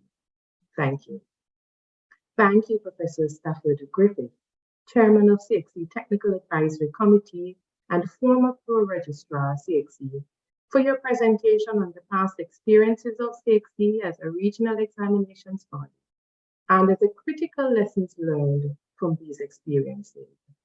Professor Denzel Williams, Campus Principal, UI5 Islands Campus, Antigua and Barbuda, and the Pro-Vice Chancellor, Academic Industry Partnerships and Planning, the University of the West Indies. Thank you for your presentation on what a future-focused digital regional enterprise may look like, and your recommendations for CARICOM organizations, including CXC. I would also like to thank the corporate communications team for their support for this event, and to our participants and viewers on Zoom, thank you for your probing questions, which led to a productive discussion. To our viewers on CXC TV and UWI-TV, thank you for joining. Thank you all for your involvement and participation in this event. Thank you so much, Norlette, for that vote of thanks. And we're now at the end.